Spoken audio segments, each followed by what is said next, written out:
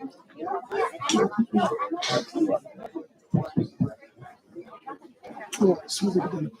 evening, everyone. So nice to see you in the house. Welcome to the regular meeting of the Winslow Township Board of Education. Today is Wednesday, February, February 27, 2024, 28. Okay, I'm gonna start over.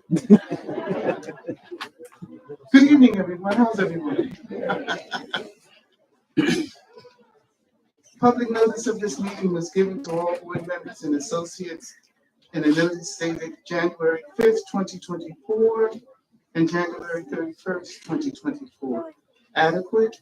An electronic notice of this public meeting has been provided, specifying the time, place, and manner in which this meeting is being conducted. It was advertised in the Courier Post, posted in all schools, the administration office, the municipal building, the library, Quadruple Center, Edgewood Acres, Elmtown, and the Winslow Township Post Office. And this is our mission statement. The mission of the Winslow Township School District, a large, diverse, and growing community, is to educate all students to become independent, lifelong learners, critical thinkers, and caring and confident members of their community. The district, in partnership with the community, and in the climate of cooperation and mutual respect, will provide an academic environment which values excellence and diversity, encourages students to strive for personal excellence, and assist them in acquiring the knowledge, skills, and attitudes necessary to contribute positively to a rapidly changing world. Roll call, please.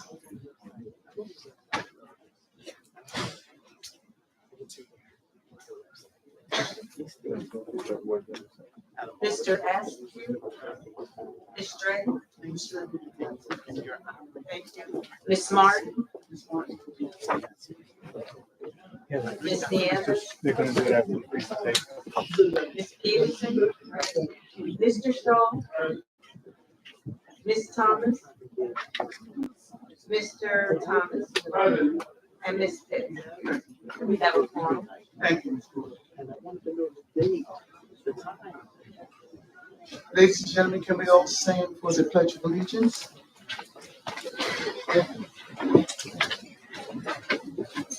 I pledge allegiance to the flag of the United States of America and to the republic for which it stands, one nation, under God, indivisible, with liberty and justice for all.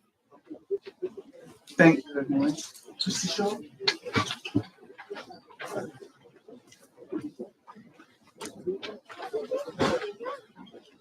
2023-2024 district goals. Student achievement. Continue to implement best practices for delivering instruction to students, utilizing all available and appropriate instructional models.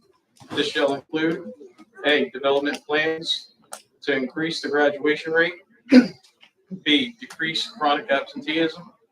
C, increase in benchmark scores in 4th grade ELA end of year. D, accountability for all district staff and stakeholders. 2, increase parent caregiver engagement in education. A, provide opportunities for two-way communication with district stakeholders. B, implement the climate culture survey. 3, market our strengths and achievements to all stakeholders to increase capacity for greater parent caregiver community support. A, work with communications consortium. B, continue with our public relations marketing plan. C, continue to work with the various advisory committees in the district. And D, focus on refining our communication methods and messages to better market our school district.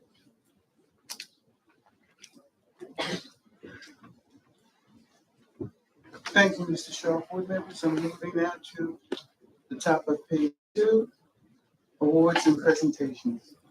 Dr. Cloutier? Yes, good evening, everyone.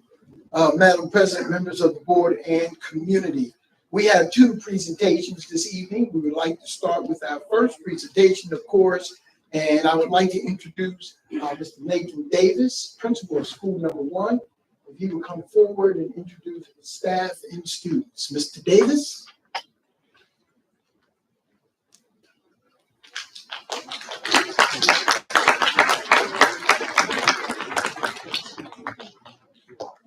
Good evening, everybody. As was said, I'm the principal of School One. Tonight, we have our students coming to sing two selections for you, led by Mr. DiFilippo, our music teacher. They put a lot of time and work into this, so once done, if we can please acknowledge their hard work. Thank you.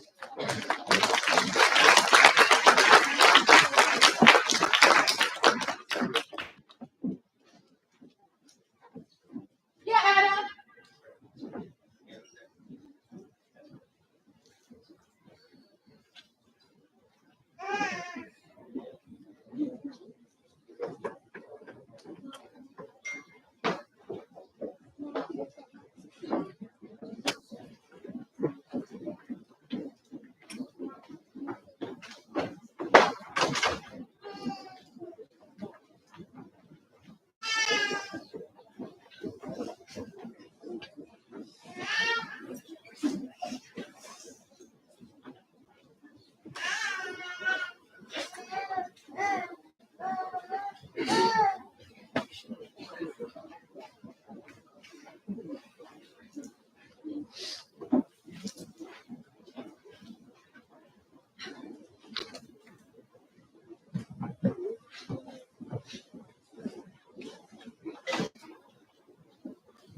Hello, everyone.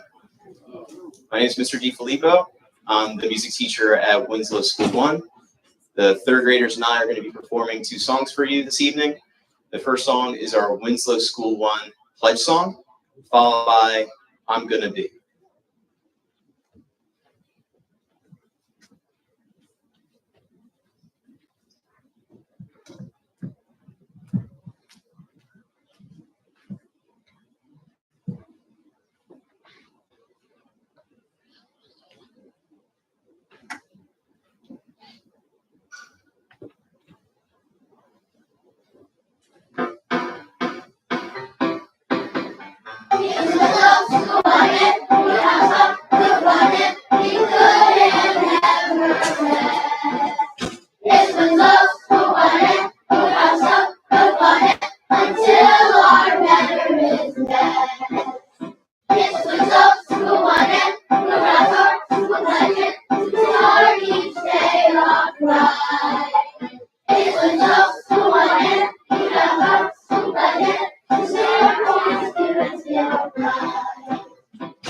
I am smart. I am smart.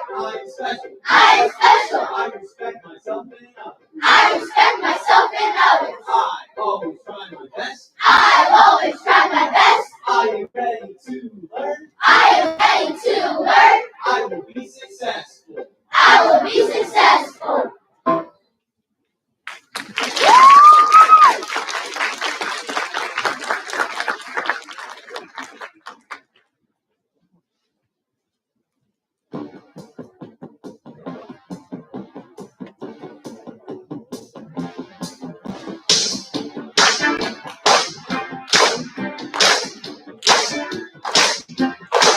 I'm gonna be an actor or a surgeon. I'm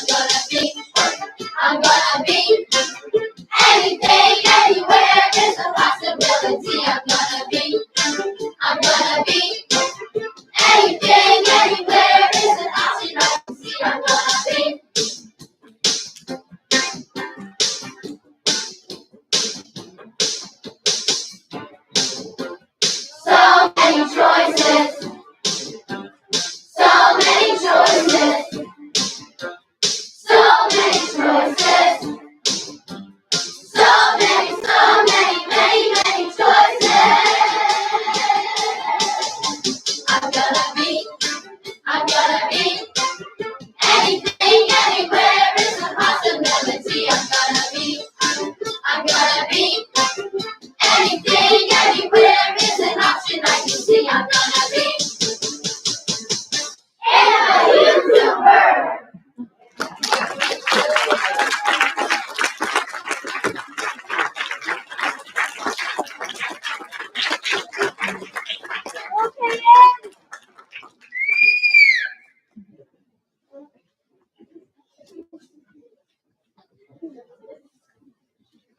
Ladies and gentlemen, of course, we'd like to congratulate school number 1, third grade choir for doing an excellent job. And it's our responsibility to make sure that whatever they want to be, they'll be able to achieve it. So thank you very much. Thank you, parents, for coming out. We do have a second presentation. And at this time, I would like to call Mrs. Pitts, our board president, back to the podium.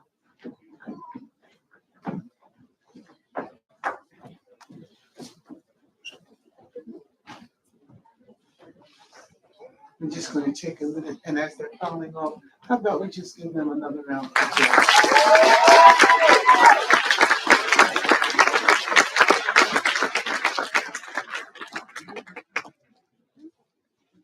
I especially took note of the first piece that was Mr. DiFilippo. The school one song, it sounded like a pledge. And some of those things, I think even as adults, it would apply to us also. So at this time, we do have another presentation. And that presentation is to the board member served on this board for a full term of 3 years. So I'm going to ask my vice president, Mr. Thomas, to come up, and they want to give us a simple reward. If she would come up. Parents, if you want to take your students.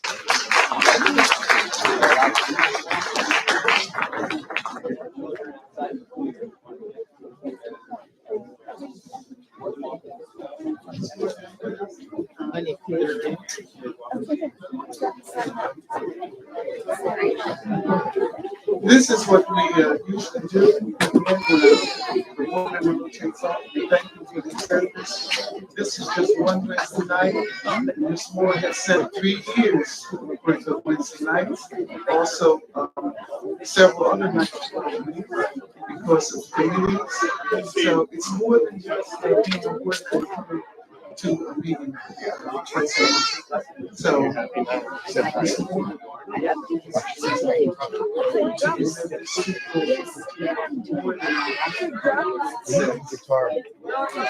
it says this flag is being presented to Cynthia Moore in recognition of loyal service as a member of the Board of Education of Winslow Township, January 20th, 21 through December 2023. And I'm going to ask Mr. Thomas if he would read the names of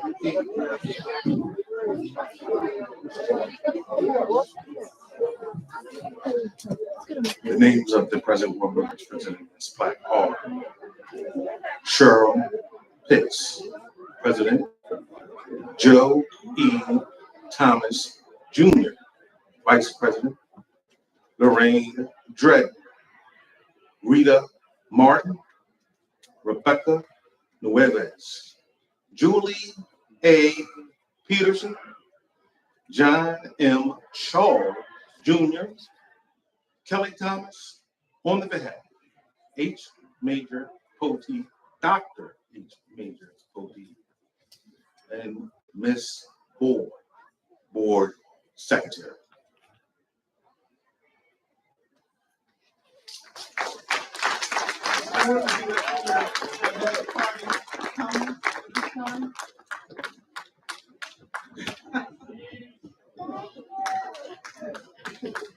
Thank you. I just want to say that being a board member is not always an easy job. It takes a lot of dedication, and sometimes you win, sometimes you lose, but we're always here for the children.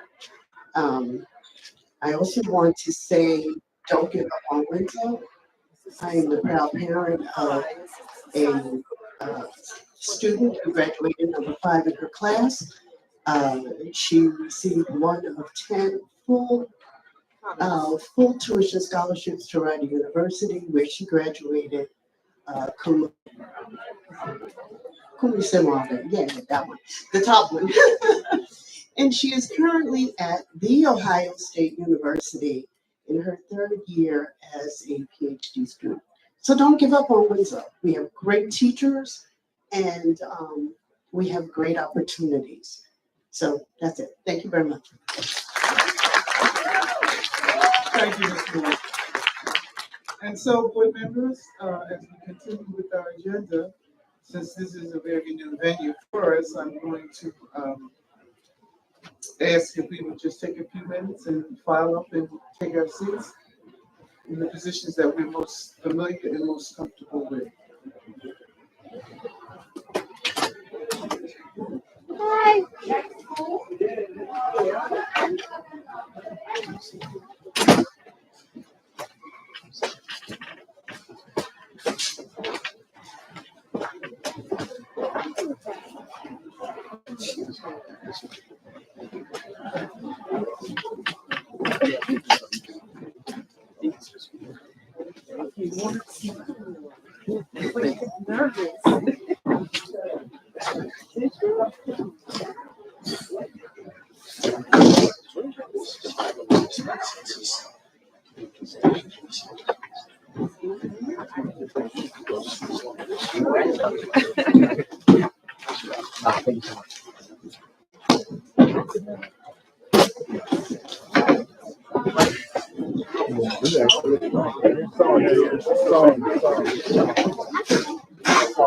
right. Have a good night, y'all.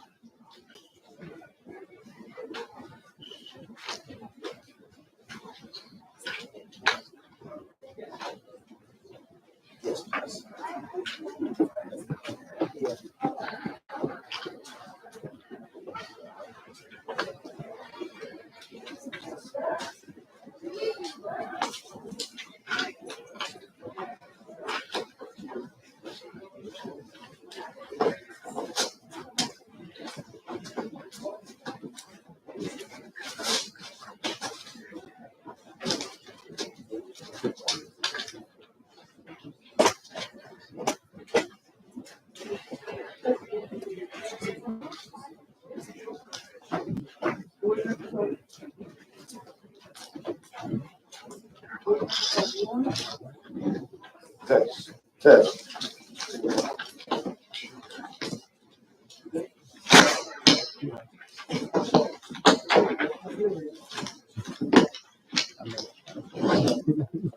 Trustee.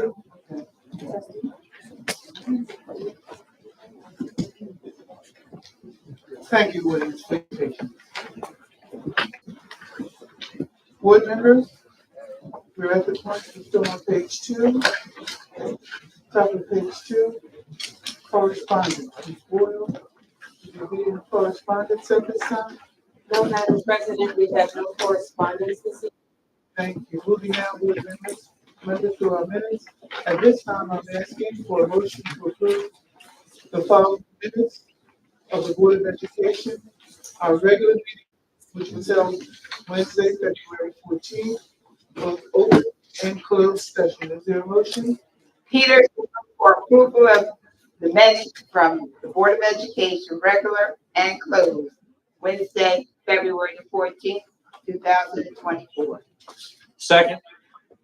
It's been moved by Ms. Peterson, second by Mr. Shaw. Any further comments or questions with regards to the minutes? Hearing none, roll call, please. Mr. Askew, Yes. Ms. Nieves, Yes. Ms. Peterson. Yes. Mr. Shaw, Yes. Ms. Crowe, abstain. Ms. Yes. and Ms. Pitt. Yes. Motion carried. Thank you, Ms. Ford. Moving now, board members. At this time, I'm asking for board committee reports. Would there be a report out of the athletic committee? Yes, Madam President, there is. The athletic committee report. We met on 2/27/2024.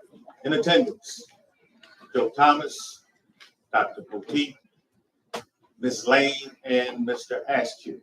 It was an in-person meeting at 3 p.m. Ms. Lane continued to do a great job with her reports and giving me enough information to report up the achievements of our students. We discussed the Booster Club and making sure the things that they do are accountable and in tune with our athletes and informing of different things and different progresses going on with our Booster Club. Our boys track are doing phenomenal. They had 50 young men come out for the team this year. That was an all-time high. We was participating in that, but now with 50 young men out on our boys track team, that is a great accomplishment. We have the GPAs of our winter sports. Boys track GPA, 3.62 overall GPA. Girls basketball, 4.13. Boys basketball, 3.05. And girls track, 4.0. Our cheerleaders, 3.43. Wrestling, including the girls, 2.91. And the band, 4.4 GPA. Those GPAs will qualify you to get in school and qualify you for different scholarships around.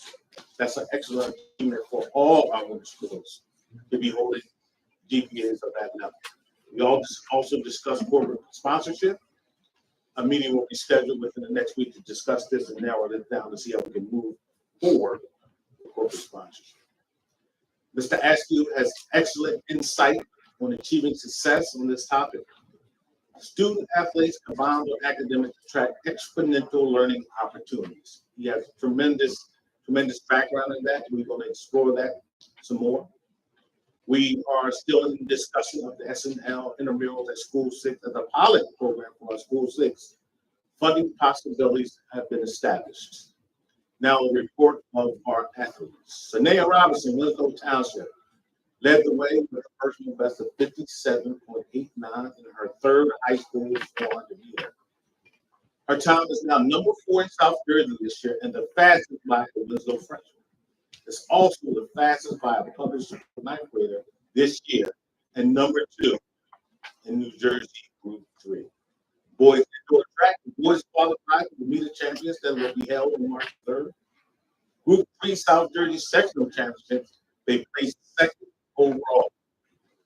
Dominic Back, Chippewana, Dave Poteet, and Darrell Jackson Jr. also won the 4x400 meter relay. South Jersey champion 3. They also participated in the Mill, New York. Jay, Dominic, David, and Takaume ran the 4x400 and placed second with a time of 3.20. They ranked second overall in New Jersey and the second fastest time in Winslow history. The 4x400 is the 4th fastest in the country. Girls indoor track on a whole nother level. The ladies completed the NJSI Meeting of Champions in New York and the New Balance Nationals. Girls track team 3 state indoor championship relay. The shuttle hurdle relay team of Dominique Clements, Marcella Brown, Tania Peacock, and Serena Handy placed first, running a 31.76, with the fastest time since 2014. The 4x20 team of Olivia Carr, Dominic Clement, Desai Dean, and Shy Simmons placed second, running a 1.43 4x800. The team of Ava Milne, Olivia Kerr, Tristan Kerr placed second, running a 4.86. The high jump relay of Messiah Brana and Chatina Walker placed third. Now the shot put relay of the Brooklyn Roberts and Josiah Dorr placed third. Now for the first time ever, we had a whole relay team of Nadia Williams and Kashara Hazen. They didn't place, but for the first time in school history, we were able to beat that event. And that concludes our athletic committee report. Thank you, Mr. Thomas. Board members, will there be any comments or questions with regard to the report out of our athletic committee? Just a quick question, Mr. Thomas, under the girls track team, I see that there's an Olivia O'Carroll and Tristan O'Carroll, they sisters, or? I don't believe so. I mean, I think when they post that, they actually asked that question in the article. I don't believe they are. Okay, thank you, Mr. Thomas. Moving now, will there be a report out of our education committee? Yes, Madam President. The Education Committee was called to order on February 20th at 4:00 p.m. In attendance were Julie Peterson, Rita Martin, and Kelly Thomas. Administrative was Dr. Jordan Carcamo and Dr. H. Major Coates. Discussion topics were strategies to close our district's achievement gaps. 1, before and after school tutoring. 2, teaching training. 3, ongoing staff development, including language arts and math. And 4 was small school group. B, supporting Governor Murphy's playbook to strengthen and fund youth mental health services in New Jersey, impact on our district, increase on available resources, funding, staff development, and website information. C, the task force on public school staff shortages was established pursuant to Governor Murphy's executive order 309 to develop recommendations to address teacher and ESP shortages in school districts across the state. Comprised of 25 members, the task force was organized in November 2022 with the specific direction to provide the governor with initial recommendations to address these public school staff shortages by January 31st, 2023. The task force was tasked with the following 6 objectives: to develop short-term and long-term recommendations to increase the quantity of teacher applicants in New Jersey. 2, to develop short-term and long-term recommendations to increase the quantity of education support professionals applicants in New Jersey. 3, to explore innovative ways the state can recruit and retain the educators and school staff our students need. 4, to identify best practices and resources to increase the pipeline of teacher candidates. 5, to identify best practices and resources to increase the pipeline of ESP candidates. And 6, to identify best practices and resources to ensure retention of school staff members. Initial recommendations of the state-funded programs to address educator shortages. 1, implement an educator licensing fee holiday. 2, provide stipends or other pay to candidates while they are completing student teaching requirements. 3, establish financial incentives for individuals that enroll in or that have completed an educator preparation program through tuition reimbursement, stipends, or tuition forgiveness. 4, develop a state-funded program that provides bonuses or scholarships for hard-to-fill vacancies. 5, establish new state-funded programs to provide additional resources to educators. 6, explore supplemental funding to defray costs for school districts that implement an ESP tenure program or incentives to hire full-time ESPs.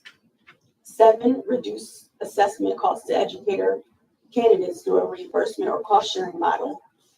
8, revisit changes to pension plans and healthcare coverage for educators and allow retirees to return to the classroom without impacting retirement earnings. 9, evaluate increasing the 2% local levy cap for local Board of Education taxing authority. 10, create and fund a teacher residency program. Has our district felt any impact in terms of the task force objectives and recommendations as it relates to staffing shortage? The Governor Murphy's playbook to strengthen and fund youth mental health services in New Jersey has not received any additional funding related to the task force recommendations.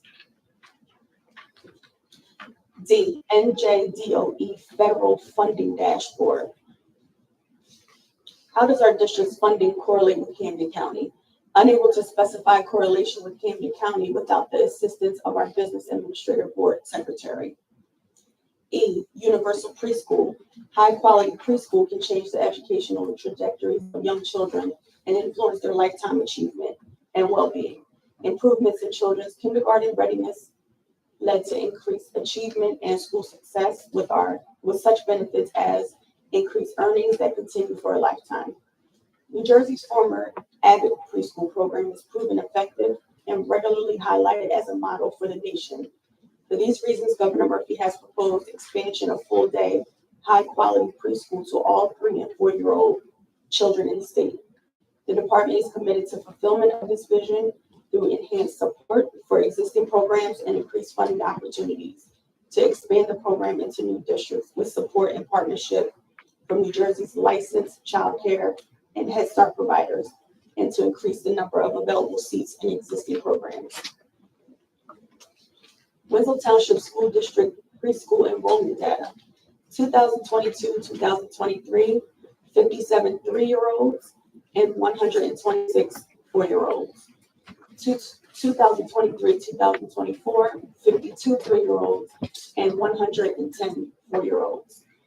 Registration for 3- and 4-year-old programs opened April 10th, 2024. October 1st, 2024 is the deadline to apply for 3- and 4-year-old programs. Students must be the age on October 1st, 2024. The Winslow Township School District is proud to announce that enrollment for the 3-year-old preschool program, the 4-year-old preschool program, and the kindergarten program for the 2024-2025 school year is now open. Marketing of the 3- and 4-year-old programs will include township billboards, district websites, district Facebook, and yard signs. F, New Jersey Department of Education recognition. Life Changer of the Year Award. This program is an annual program funded and run by National Life Group and the National Life Group Foundation that recognizes and rewards K-12 educators and school employees from around the country. The program aims to honor those who are making a difference in the lives of students by exemplifying excellence, positive influence, and leadership. The National Teachers Hall of Fame. This organization seeks to recognize and honor exceptional career teachers, encourage excellence in teaching, and preserve the rich heritage of the teaching profession in the United States by selecting practicing teachers with a minimum of 20 years of full-time pre-K through 12 teaching experience. National Youth Science Camp. 2 students are chosen each year to participate in an all-expense-paid month-long science camp in West Virginia, where they spend time with top scientists and participate in outdoor learning experiences. Princeton Prize for Distinguished Secondary Teaching. Princeton University is seeking nominations for exceptional middle and high school teachers or a team of 2 co-teachers who have an important influence on the lives of young people and on the schools where they teach. Each year, 4 honorees are chosen to receive this prize, where each winner receives $5,000 and the winner's school an additional $3,000 for the purchase of library books. U.S. Senate Youth Program. 2 students are chosen each year to participate in a week-long conference in Washington, D.C., where they meet government leaders and learn about the functions of the federal government in this program, sponsored by the William Randolph Hearst Foundation. The meeting adjourned at 4:45 p.m. and the next meeting is scheduled for Tuesday, March 19th at 4:00 p.m. Thank you, Ms. Thomas. Board members, any comments or questions on the report out of the Education Committee? Moving now, would there be a report out of the Marketing Committee? The marketing committee just met this past Monday at 6 p.m. via Zoom. Those notes will be forthcoming. The majority of the meeting was spent discussing the recent chat with the board member that we had last Wednesday that I'm prepared to report on. This was held last Wednesday at 7 p.m. in the administration building. The board members present at chat with the board member were myself, Mrs. Pitts, Mr. Thomas, and Mr. Shaw.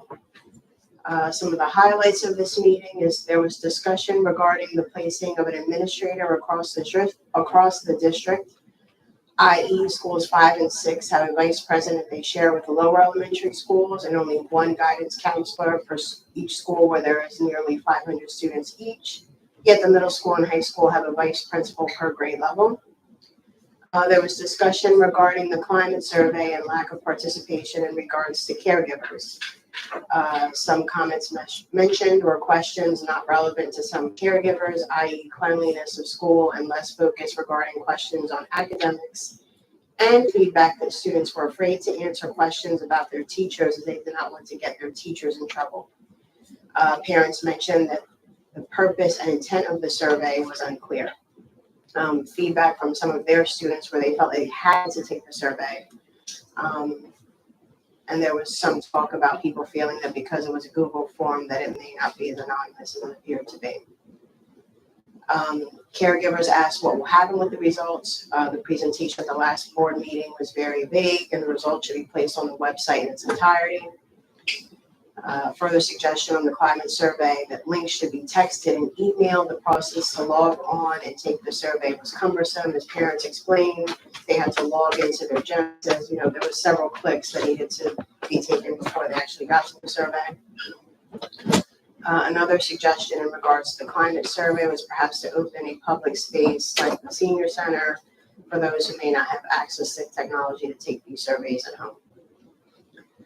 There was also discussion about how the value and importance of community engagement and the need to use what data we did collect to drive those values. There was also discussion and suggestion about moving the second marking period parent-teacher conferences. As of right now, we don't have a third marking period parent-teacher conference, so the parents suggested that, we meet with teachers right at the beginning of, at the end of the first marking period, right at the beginning of the second marking period, and then the rest of the year without a scheduled meeting. Suggestion that board members increase their attendance at community events to foster approachability. Discussion regarding the lack of communication opportunities with administration. Suggestion for need for upper elementary SEL opportunities, lack of guidance counselors, a suggestion for an Eagles Nest type program at that level, particularly our 6th grade students in preparation for middle school and high school. There was discussion regarding how our district doesn't have Chromebooks assigned to each student. We discussed the feasibility in that and the suggestion of purchasing insurance for Chromebooks. There was discussion regarding the cell phone policy and regarding the lack of consistency across the school district. One caregiver mentioned that there was 8 different interpretations of the same policy across the district. Our district goals state accountability of all district staff, including proper implementation of policies. And the last suggestion was the creation of an in-house parent engagement survey to see how we can better engage them. And perhaps this could be a CAC project along the way. And that concludes what I have from the chat with the board member meeting. Thank you, Ms. Nieves. Now, this is just the notes from the chat. Yes. The board member said, okay. So would there be a report other than this out of the marketing committee? There will be a report forthcoming. It'll be a very short report, basically just with the meeting ending and beginning times and who is present. The only other thing to come out of the marketing committee, I know this month we focused on highlighting our Black alumni for Black History Month. Next month being Women's History Month, we decided we'd like to highlight female alumni from Winslow Township and Edgewood for our social media outreach. Okay, thank you, Ms. Gabby. Certainly, these several suggestions, I'm sure Dr. Poteet may have some comments. Yes, Mr. Gabby, it's fine to just comments, suggestions made by those who were intended. Yes. Okay. Will there be an opportunity, or would like to have an opportunity to address some of the suggestions, because when I read them, I realized that some of them either more clarification or I just didn't agree with what was being said. But of course, I respect the fact that everyone has an opportunity to express themselves with their opinion. So I just wanted to know at what point did you want to have clarification, or at what point did the opportunity to address some concerns that have been raised at this chapter 2? Well, like our previous chat with the board members, I know Mrs. Pitts had kind of asked the marketing committee to distill. I mean, this is a lot of information, to distill it to 3 or 4 actionable items that the board can act on, because we do realize some of this is administrative, some of this is out of the purview of the board. Part of the board's role is to bring the voice of the community, to the administration, which this opportunity, does allow for. I have highlighted some of the things that I think are very feasible and actionable right now. Ms. Martin isn't here for that CAC project. That would be one thing, because I think, one of our district goals as of right now is parent engagement. I think we need to better define parent engagement instead of just giving the opportunity out there, see how the community wants to engage with us. And with all these chats we've done, this is now our 6th chat with a board member that we've held since the summer. We'd really like the board to take a look at these and look at our previous suggestions and put in a very specific plan to implement them. We can continue to hold these chats, but if we're not acting on what the community is telling us, we're going to lose trust in the community by just having them and then not implementing some kind of practice. So that's my biggest concern in regards to these events. I'm happy to keep doing them. I think a lot of great information comes out. I think we as a board do need to sit down and figure out what's feasible for us to do. I can go through the ones that I've highlighted that I think we could take action on fairly easily. I think this is me at the end. I asked is, and I'm not sure whether or not tonight is for that discussion, but when they're forced to raise reference to making the operation of the district and positioning that principals or myself have to take clarification, surveys, those kinds of things. I would like to address some of these things because they are important to me. And then on the other hand, for example, I know the survey has received a lot of attention over the past few months. And at this point, as superintendent, I still don't know exactly what we're looking for. We went through the survey process, built principles along with teachers and students, and those trainers did participate. We analyzed that data. They addressed those concerns that they felt was most important to address the environment in the schools. They take the steps to do that. So at this point, if that wasn't what was being asked of us, then I'm not sure what it is we're looking for. And I just need someone to tell me, because if I don't know what we're looking for, then of course I can't convey it to the principals. So with the survey, the amount of time we devote to it, the conversations that keeps coming up, surveys,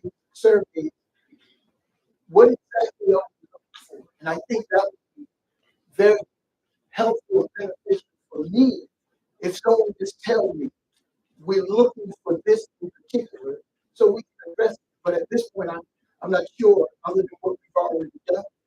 I'm not sure. I can put on my parent hat for a little bit, Dr. Coates, you can answer that question. Okay, And from my conversations in the community and what I would want for myself, one of the reasons that we set parent engagement as one of our district goals and it being so important is we know there's plenty of research out there that says increased parent engagement, parent participation translates into higher student achievement, a decrease in behavioral incidences in the school. So I can't fault the administration for putting on the community events that we have. There's been amazing events. There's been IEP meetings, all types of information. But we need that to translate into the lessons that our teachers and the amazing job that they're doing in school being translated into home so that the education process doesn't stop once our students are leaving our doors.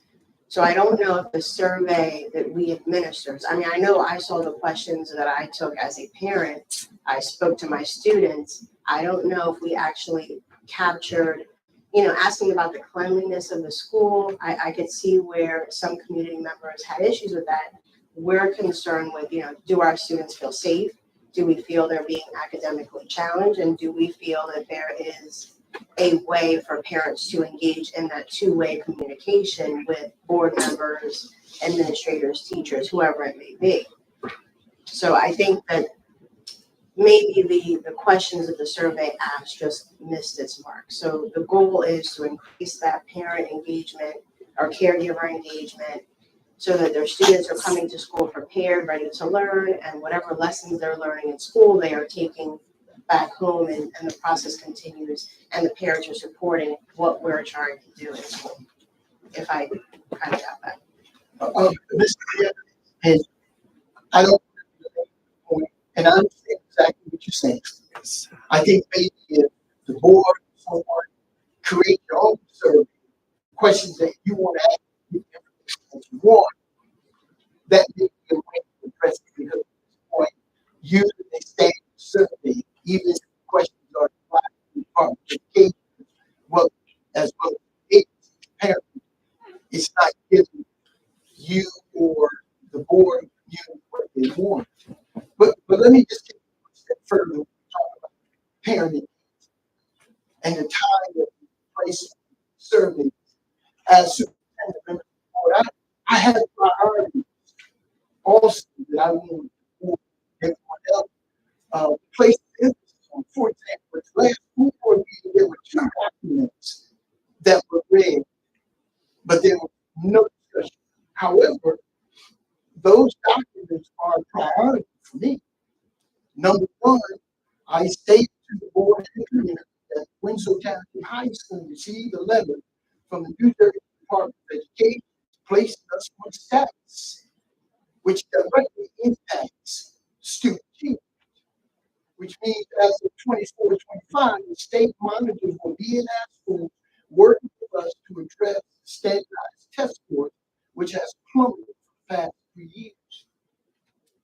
The other issue, and what was read, was Mr. Davis' report on his HIV standard report that he does quarterly. And we're looking at, for example, the number of HIV offenses, the weapon offenses, violence offenses, assaults, possession of illegal substances in our schools. That's a priority. And the reason I want to attention because it's a situation where a parent will call me and I'm going to take the necessary steps, the necessary steps to address it because it is a priority. Number one, I will accept responsibility for everything that's broken in this because it's my responsibility to try to fix it. But one of the things we talk about parent engagement is I will not accept responsibility for the child, these children's behavior. I mean, just think about it. We have, and I'm not being facetious, but we have bullies in kindergarten, we have bullies in first grade, parents are calling me about the safety of their children, even in our lower elementary schools. They call me about situations at the upper elementary school. I got young people at one of my buildings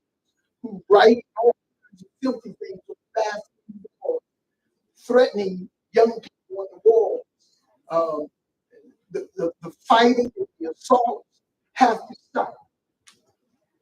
If you, for example, bringing marijuana or weapons to school, and it's obvious to me that you don't want to be in school. You shouldn't be there. But we have to get to the point, and I had this conversation with Mr. Rupp today about things we need to address to get to the point, because these are things that interfere with that academic achievement. And unfortunately, the overwhelming majority of children in our school district abide with rules and regulations.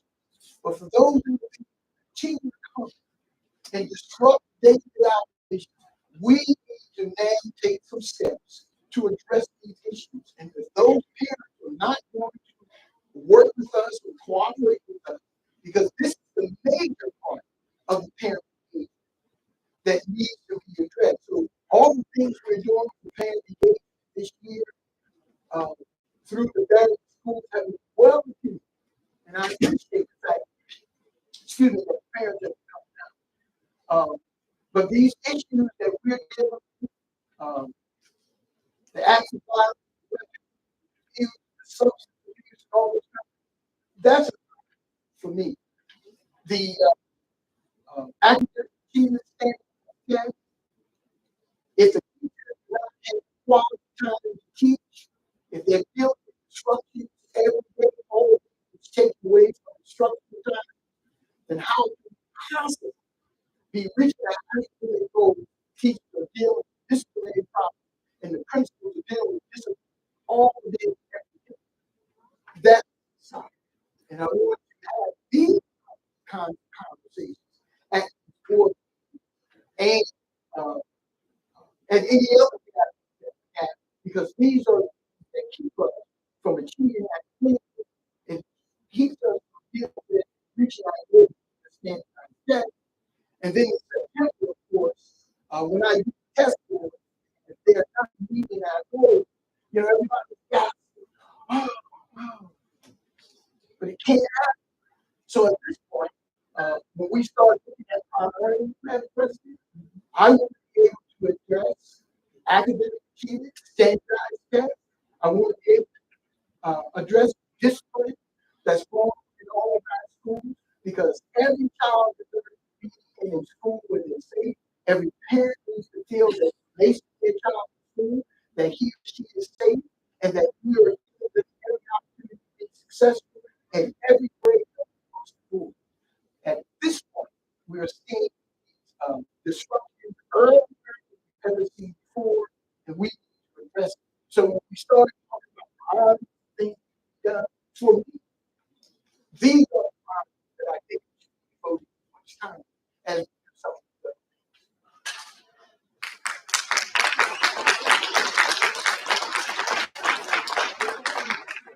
Well, I appreciate that, Dr. Poteet. I think we're having the exact same conversation that I just stated when I was ready to chat with the board members. The children are not learning these behaviors from our staff and in the schools. They're learning them at home and in the community. So if we can bridge that gap somehow, then those incidences that we are seeing in the school will decrease, like I said, and the scores will go up. It's all the same goal. Yes, we will say that we've had conversations before. Yes. And ladies and gentlemen, and I will say, but as superintendent of the school district, I'm the face of this district, and I have to go down to the county office, to the state, and address these issues of student achievement. And it's a fact. And I know the young people in the school district can meet those goals. We have a lot of work here doing extremely good, but it's not fair to the young people who come to school every day and do everything we ask them to do. It's not fair. Their instruction time has to be disrupted by someone who comes to school and have no intention of learning, have no intention of doing what we have to do. So what I'm going to do, as I mentioned to my leadership team and to a couple of the principals yesterday and today, I need to take more responsibility to deal with these issues. And just because I don't have it in place right now, but we will have some things in place before we go home for the spring break. I think it's time And I just want to take preliminary. It is time that K-12, whoever those individuals are, those individuals, those students, those parents need to have a sit down hearing with me so that we decide what the next step. Because we cannot continue to educate that kid under the present circumstances that the president has been in some of our schools today. We cannot get ourselves in a position where we talk about things that we don't want to offend our neighbors, but yet those our neighbors' children are the ones that are bullying our children. So we're going to have to address these issues, and I will be directly involved in addressing some of these issues because we cannot have school without rules and regulations, and we're going to enforce those rules and regulations. And for those who are not going to follow those rules and regulations, then we're going to have some things in place to address it. It has to be done, and it's to the point now. And I know K2 will always face very hands tied with those people, but I still think there's things we need to have done. And I think having those hearings with me bring more substance to those parents and students to let them know it's serious. And we're not going to tolerate it. We just can't do it. We cannot tolerate it. And I think at this point, there are a lot of parents out there that's part of the silent majority that really doesn't say a lot. But I know that they understand what I'm saying because they are the ones whose children are coming to school every day, doing the things that are necessary, and want to make sure that their children and these teachers have uninterrupted instruction time so that I can tell teachers doing the same thing. But they're spending all their time, 15, 20 minutes at a period, sit down, yourself, where's that, people running around hallways, in the bathrooms, getting high, got really, you can't do it anymore. You know? We just can't do it anymore. So again, as I said, we are looking at this. That last book and these reports were given submitted, has given me hope to read this every president so that we can address these issues because parents are fed up with what is happening in our school as early as kindergarten. And I agree, they have a right to send their children to school in an environment that's safe and that teach at the time to teach so that we can have assessment of what really is working. That, I'm sorry. I'm not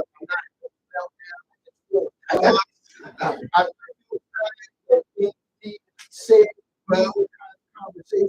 Right. Spend that time. Yes, sometimes a meltdown is what's needed, even if whether or not it's a mini meltdown or not.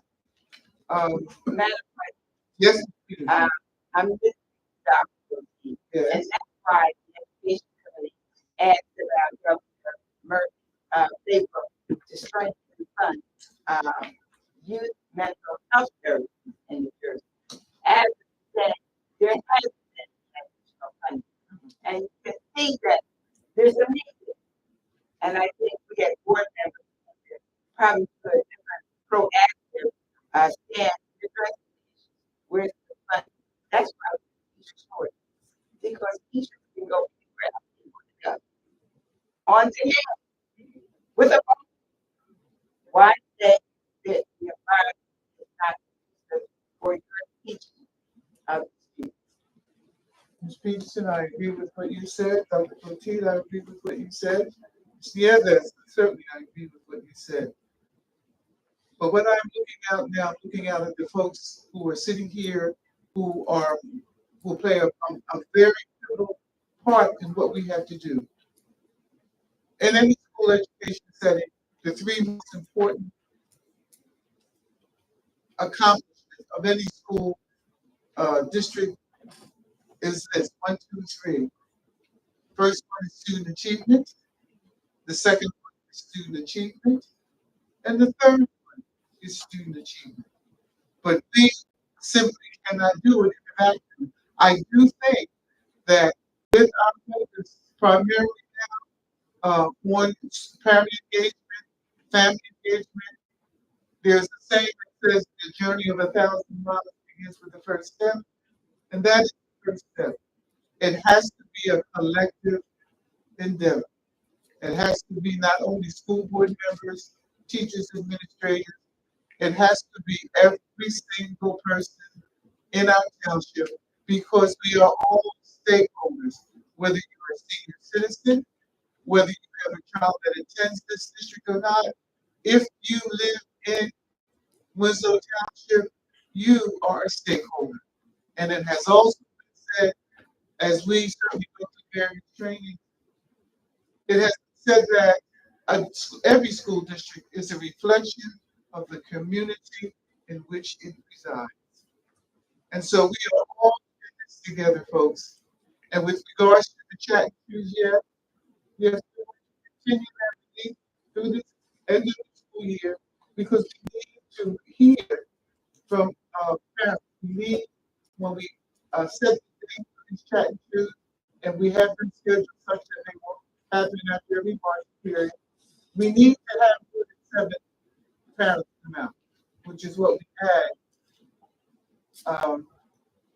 when we had this chat issue on the 23rd. I know you all have busy schedules, I know, absolutely. But if you can just take some time, I'm not saying come to every one, but if you determine that you come to at least one, we need to come together. Because I do believe that while the chief certainly told us the various issues, the things certainly as chief school administrator that he should be focusing on, but he cannot do it by himself. We need the participation, the engagement of our parents and our community. So there we have it. Yes, we're going to continue with our chapter 2 because we need to hear from you. We need to be able to gather information. And so to that extent, so that we can be able to determine exactly which direction takes priority. And so, thank you together for going to the chat too, and will let us know when the next chat with the chat with the board member takes place. Yes, I'm hoping that we do end up with a district calendar very soon so that I don't schedule it during another event and have it oppose it. So hopefully that's also forthcoming as well. Okay, thank you, Ms. Davis. Moving on now with board members to continue our board reports. A report out of the operation committee.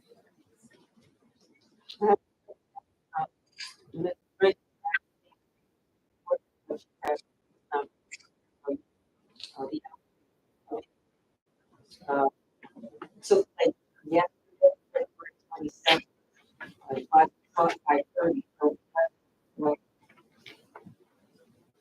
Those in from the chair, we have Mr. Stroke and also attended from the board, Ms. Chico, Dr.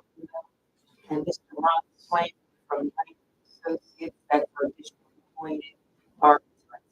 All items were discussed. We went back to in 2022 capital projects that we made, which are the security components of the high school and middle school from Franklin Electric and School 6, the main office HVAC replacement, which was performed by Glasgow Mechanical.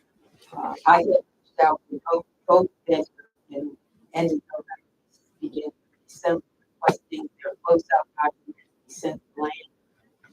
However, the state, I still have not received a payment pattern. You know, the job is complete. You document so we can write a check on that explains the scenario.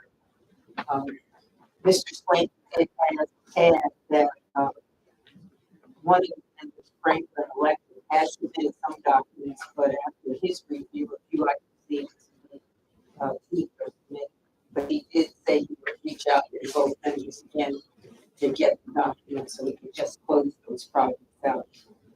Capital projects that we've been dealing with as we rebid of circulation of pumps, schools 1, 2, 3, 4, middle school. And we also did the middle school facade repair and paint. And if you recall, additional funding from per capital reserve in order to increase those budgets. Um, those both projects were recently bid and both came in within the revised budget, and they're going to be awarded as next quarter. The intent is to have both those projects completed during the summer of 24.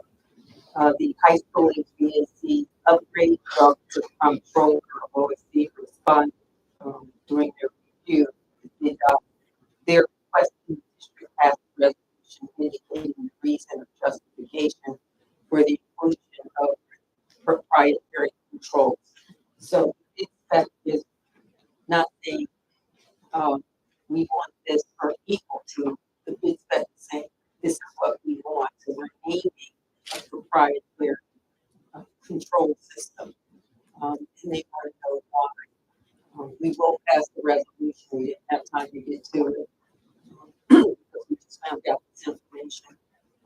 But we'll pass the resolution stating why. Because certain systems are already in place and we want them to work seamlessly. We don't know what all this happens. We have to log into this, with all of that business. And we're going one system to another. I'm really, it's my level of dumbing it down. Okay. From my understanding. You want those systems to communicate seamlessly because if they don't, it's a nightmare for the people that will be left here to maintain the system. So when we, something goes wrong and we call, they don't need to have to work in the system doesn't talk to that system. I see Mr. Shaw, our construction expert, here shaking his head, so he fully understands that. He was at the meeting last Well, week. if I can, also in the high school HVAC, the proprietary resolution is something we're very familiar with. So should you need some help, there are specific regulations that identify what the specific criteria are that you're looking for. We can pass that in advance of your bid that allows you to go sole source proprietary. So I'm glad to speak with you about that as we frequently do on these issues. Thank you. You're welcome. School six, HVAC upgrade. So we already defined the cost of it. And I think at the last meeting that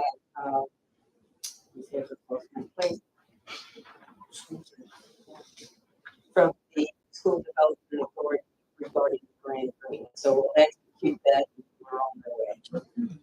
Which means that funding, the full funding we had anticipated, I think it was about 6.9 million. We just don't remember out here, but it's about 6. We received 2.8 million in a grant, which does not have to be paid back. So that's mentioned in the last board meeting. yes, it was. Okay. The foreign after school program, Dr. Mills provided an update on staffing. The staffing still remains in travel, but it's not just in this program, it's all throughout the state. Mr. Swank said that even in his field, he said job openings out there posted for about 8 months and he can't find candidates. So we don't know what we got to start with.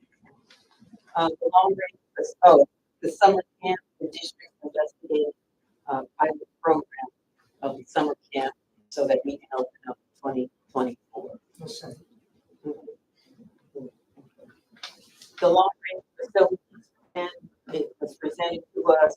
I took it to the leadership team and reviewed it and wanted to add 3 more projects. So I took it back out to land. They're going to add them. I know they have figures for one of them and they're trying to give us figures for the other 2. The 3 that we're adding, are the possibility of a pole barn for the athletics so that they can store their equipment and not have all these pop-up sheds. And what is that called? A pole barn? Like a pole barn, like a large shed. Something more permanent than a little shed. So that they can share space. But that's just something we're putting on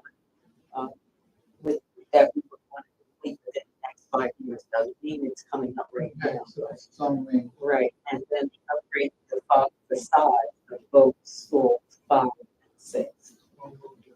Yeah, school 6 looks like a box, a great box store. You know, No, so is that a long range project? that's on there as well. And we try to work on them, and sometimes you have enough to do a project like updating HVAC, and then there might be a little more. Oh, you know what? With this other one, let's update the facade because they usually don't cost as much. So we get something pretty, and then we get something we need. That's needed. It's pretty much sounds like what most of us do with our budgets at home. At home.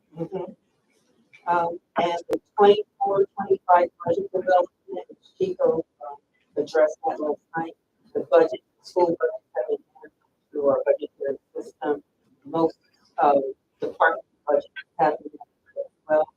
Dr. Parker and I reviewed the budget with each building principal to find out if they felt like they had sufficient funds to make it through the year, all the that they had. And the budget that we developed is based on flat funding, meaning that we get the same amount as we got this year. The numbers are coming out tomorrow, so we'll find out where they are. So. Does that include the report? Now, real quick, you see, HVAC system at school 5, that's our next big project we're putting in. Right. And that will increase all of the schools for second story will have projects moved along. Right. And what I basically anticipate, that sounded better. Yeah. I basically anticipate that we may get a summer where 3 schools are going to be working on at the same time. So that would be hairy for us, let's say. That's something. Madam President, Ms. Boyle, for example, has been with architects so long, she can get to speak their language. Yes. Can I just say something to simplify all of what she's been saying? One, we try to make sure the high school has air conditioning. School 6 will have air conditioning. School 5 will go next for air conditioning for the entire building. When we talk about the facade, we talk about the front of school 6 and the front of school 5. Those schools, something needs to be done because it just looks like broad institutions, and we need to do something to make them more like schools. So we want to do something to the front of the building, maybe change color or paint, bring out entrances. We just want to do something more creative. So those are some of the things we're working on. Well, just that I'm thinking in terms of maybe a suggestion, maybe we could ask the students. Because we do have, I know, yes, I might sound silly, but parents, what do you think? Maybe we could ask the students. Just a suggestion. Is there a building? For all the money paying our architects, we should be able to come up with something creative. Right. This fits. But I just wanted the community to know that those projects we've been trying to get done for quite some time. One at the high school, school 6 ready to go, school 5 next, and then go to try to pass the other schools. But I think we're moving in the right direction to get those schools done. Sounds like progress. Dr. Keith, thank you for interpreting what Mrs. says. Because I have to tell you some of the things I've heard her say about the architects. Lady there. He was with us. The meeting adjourned at 6:43 p.m. and the next meeting is March 26, 24. Thank you, Ms. Wilson. Board members, if you have no questions or comments with regards to the operations committee, I'll move on to the policy committee report. Thank you. The policy committee met in district on February 15th, 2024. Present were Dr. Chief Superintendent, board members, Ms. Rebecca Nieves, Mr. John Shaw, Mr. Anthony Askew, Mr. Dion Davis, Director of Human Resources, and myself, Cheryl Pitts. This particular meeting was simply focused on the one policy that we're trying to be able to make it palatable, workable across the board, and that is the cell phone policy. And that was the only item that we really discussed. And based on the information that was given to us, the revisions that we're recommending to the board are as a result of input from, I believe, that's administration and. Yes, all of teachers. it. Right, exactly. With regards to the cell phone policy as it sits there, I believe we have strike one, strike two, strike three. But let me just read what is being recommended. The committee reviewed the current policy and based upon feedback from school administrators and teachers, that is distraction they talked about distraction during instruction, the frequency of instances of staff requesting students to put away their cell phones, testing breaches, airdropping of inappropriate content. Therefore, a recommendation is being made to change the disciplinary action as follows. With an infraction comes a automatic 2-day suspension, out of school suspension. 3 of those 2-day out of school suspensions, which would cause students to miss 6 days out of school. 3 violations will result in the loss of privileges, including extracurricular activities such as participation in prom, school events, athletics, and graduation. At the conclusion of this meeting, Ms. Evans asked if we could review the gifted and talented policy and process for admission at our next policy committee meeting. Our next policy committee meeting will be on the 4th Thursday in March, which I believe will be March 28th, 24. When I ask this time that it be in district at approximately 4 p.m. And this meeting ended at 4:50 p.m. So that would be the recommendation out of the policy committee to the board. As board members know, any recommendation out of the policy committee does not get voted on immediately. By state law, we do have to present this recommendation for the next 2 board meetings. So there's a first meeting and then the second meeting. And if there are any revisions, any changes, any objections, we then take steps to vote on it. And if there's a majority vote, then it becomes policy. Board members, any questions or comments about the recommendation out of the policy committee? Mrs. Pitts, I just wanted to know, because I didn't see it in the language, at the meeting, we had discussed that should this policy pass, it would be the policy for the remainder of this school year, and pursuant to data to see if it actually decreased the behavior, we would revisit in September. Correct. Thank you, Ms. Evans. Any further comments?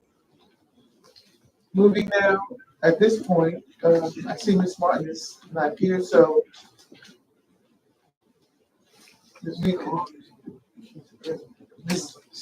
yes, Citizen Advisory Committee. Ms. Starr, are you prepared or? Okay, thank you. Ms. Taisha, here's what I'm going to promise to you. At going forward, I'm going to have you come first. Okay? So we finished the board committee reports. So I'm going to ask you as our student representative of the board, for the comments that you made. So, at the beginning of the month, we had an 8th grade expo where we just showed the 8th graders what the school has to offer, like languages, the language classes that we provide, the sports, and then like the English department, SGA, and whatnot. And later on in the month, on the 20th, we had our midwinter choral concert, which had a great turnout, as well as the following. We had a spirit week, which led up to a show that highlighted Black history, which was presented by African American Culture Club, which was led by Mrs. Grayson. They had a great turnout. It was a great show. And yeah, Does that include your report? yes, that Thank you, Taisha. Moving now, board members, I'm still on page 2. I'm asking at this time for a motion to approve the superintendent's report as it begins at the bottom of page 2 and it continues through to the top of page 6. Is there a motion? Peter, superintendent report, item A and B, down to page 2 through 6. Second. Moved by Ms. Peterson, second by Mr. Shaw. Any further comments or questions? Hearing none, roll call, please. Mr. Ashley, Yes. Ms. Leah, Yes. Ms. Peterson, Yes. Mr. Shaw, Yes. Ms. Thomas, yes. Mr. Thomas, Yes. and Ms. Pitt. Yes. Motion is carried. Thank you, Ms. Ford. Moving now, board members, I'm asking for a motion to approve the Business Administrative Board Secretary's report as it appears beginning the middle of page 6 and continues through to the bottom of page 8. Is there a motion? Peter, this administrator board secretary report, item A and B, down to page 6 through 8. Second. Moved by Ms. Peterson, second by Mr. Shaw. Any further comments or questions? Hearing none, roll call, please. Mr. Askew, Yes. Ms. Leah, Yes. Ms. Peterson, Yes. Mr. Shaw, Yes. Ms. Thomas, yes. Mr. Thomas, Yes. and Ms. Pitt. Yes. Motion has carried. Thank you, Ms. Ford. Board members, at this time, I'm at the top of page 9. Before I ask for a motion on the personnel report, I'm going to bring your attention to page 10, item 5, where it says substitute bus drivers. I'm asking that we delete that at this time.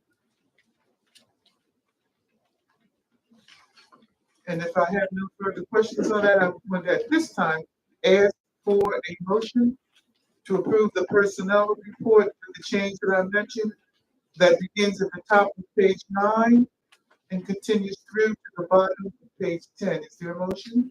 Peter, recommendation for approval of the action items 1 through 4, 6 through 10, down to page 9 through 10. Second. Moved by Ms. Peterson, second by Mr. Shaw. Any further comments or questions? Hearing none, roll call, please. Mr. Askew, Yes. Ms. Leah, Yes. Ms. Peterson, Yes. Mr. Shaw, Yes. Ms. Thomas, yes. Mr. Thomas, Yes. and Ms. Pitt. Yes. Motion has carried. Thank you, Ms. Ford. Moving now, board members, I'm at the top of page 11. I'm asking that we pull out our addendum. And I feel certain that we've had an opportunity to read through our addendum. So therefore, at this time, I'm asking for a motion to approve the superintendent's report as it appears on our addendum, and it begins and ends on page 1. Is there a motion? Peter, approval of the superintendent's report, recommendation of approval of the following action items under A, number 1, field trip. Second. Moved by Ms. Peterson, second by Ms. Shaw. Mr. Shaw, any further comments or questions? Hearing none, roll call, please. Mr. Askew, Yes. Ms. Leah, Yes. Ms. Peterson, Yes. Mr. Shaw, Yes. Ms. Thomas, yes. Mr. Thomas, Yes. and Ms. Pitt. Yes. Motion has carried. Thank you, Ms. Ford. Moving on, board members, I'm asking for a motion to approve the business administrator board secretary's report as it appears on our addendum, beginning on page 1 and continuing through to the bottom of page 2. Is there a motion? Peter, approval of this administrative board secretary report, recommending approval of the following action items 1 through 4, down to page 1 and 2. Second. Moved by Ms. Peterson, second by Mr. Shaw. Any further comments or questions? Hearing none, roll call, please. Mr. Askew, Yes. Ms. Leah, Yes. Ms. Peterson, Yes. Mr. Shaw, Yes. Ms. Thomas, yes. Mr. Thomas, Yes. and Ms. Pitt. Yes. Motion Thank you, Ms. Ford. Returning now, board members, to our regular agenda. I am at the top of page 11. God bless. Thank you. I'm at the top of page 11, and we are at the Open Public Records Act request. Ms. Boyle? Here, February 9th through the 22nd, we received response to 3 road requests. The first one was from Denise McCart, and she requested an electronic copy of our CCRP, which is competitive contract with RP 2024. She wanted to respond to each student system and submit for the RP. That request was approved and the records were sent. The next request was AN, and they requested a copy of the current vendor list that was compiled and also sent. We received 30 Charles for data specialists from Smart Secure. They wanted records from July 23 present. They want to have the first order. That's not a check. Is acceptable. Invoice, check them, first state detail, detailed description of the purchase line, quantity line, price, vendor, name. Those records are filed. Thank you, Ms. Boyle. Moving now, board members. Still on page 11, informational items, Dr. Pucci. Yes, President. Several information items for this evening. First information item is already mentioned in one of the committee reports, but preschool registration information is now on the district's website. All parents are interested, enrolled in 3-year-old, a 4-year-old, or a 5-year-old here in Winslow Township School District. Please go to our website and follow the information for registration. I would like to point out that if you have a 3, 4, 5-year-old, that child must be at that age born or before October 1st. Not October 2nd, not October 3rd, October 1st.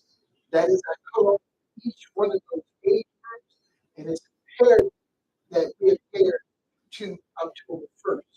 Now, April 10th, once you go through the process of enrollment, the April 10th, will go to school 1 through 4, where we live according to your address and complete the registration process. So please take advantage. We have Madam President to have this information please on our billboard. However, that's pending space availability. All right. The next information item I have comes from Strauss Esme. They are now providing again annually school law seminar. Madam President, I have copies of that flyer for each board member, for those who are interested in attending. That will be Friday, May 31st.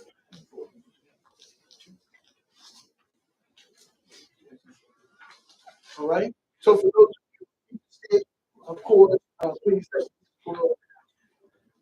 Okay. Madam President, as you recall at our last meeting, I had mentioned to the board that our communications person wanted to establish some focus groups for our website review, and any school board members who are interested in being part of the group, she has set it up for 3 groups, March 5th, March 7th, and there was a virtual for March 7th. So there are 3 groups, hopefully maybe 3 at a time. But again, it's for those who are interested. Madam President, I need that information yesterday. So if any board members are interested, please let me know, because we're establishing our schedule for whatever time is appropriate for them. And I'll communicate with Mr. Pearl tomorrow morning. So if that is something that board members are interested in, let me know. I'll let her know that it's coming, but I need to make sure that we are having some board members who are interested in talking. I'm do the virtual one on March 7th. Before I forget again, I'd let you know. Okay. Dr. Petit. I'm sorry. Just fit me in where you. Oh, okay. All right. I'm in. Yeah. And again, ladies and gentlemen, this is Pearl if you're interested. We'll sit down and have these conversations because we want to move forward and get that done. The last item of information, the Winslow Township School District will have their own district job fair, of course, under the direction of our Human Resource Director, Mr. Davis. That's scheduled for Monday, 8 here on our campus at the middle school at the cafeteria for 6:30 p.m. We've also submitted that information to have it posted on the billboards here in the community.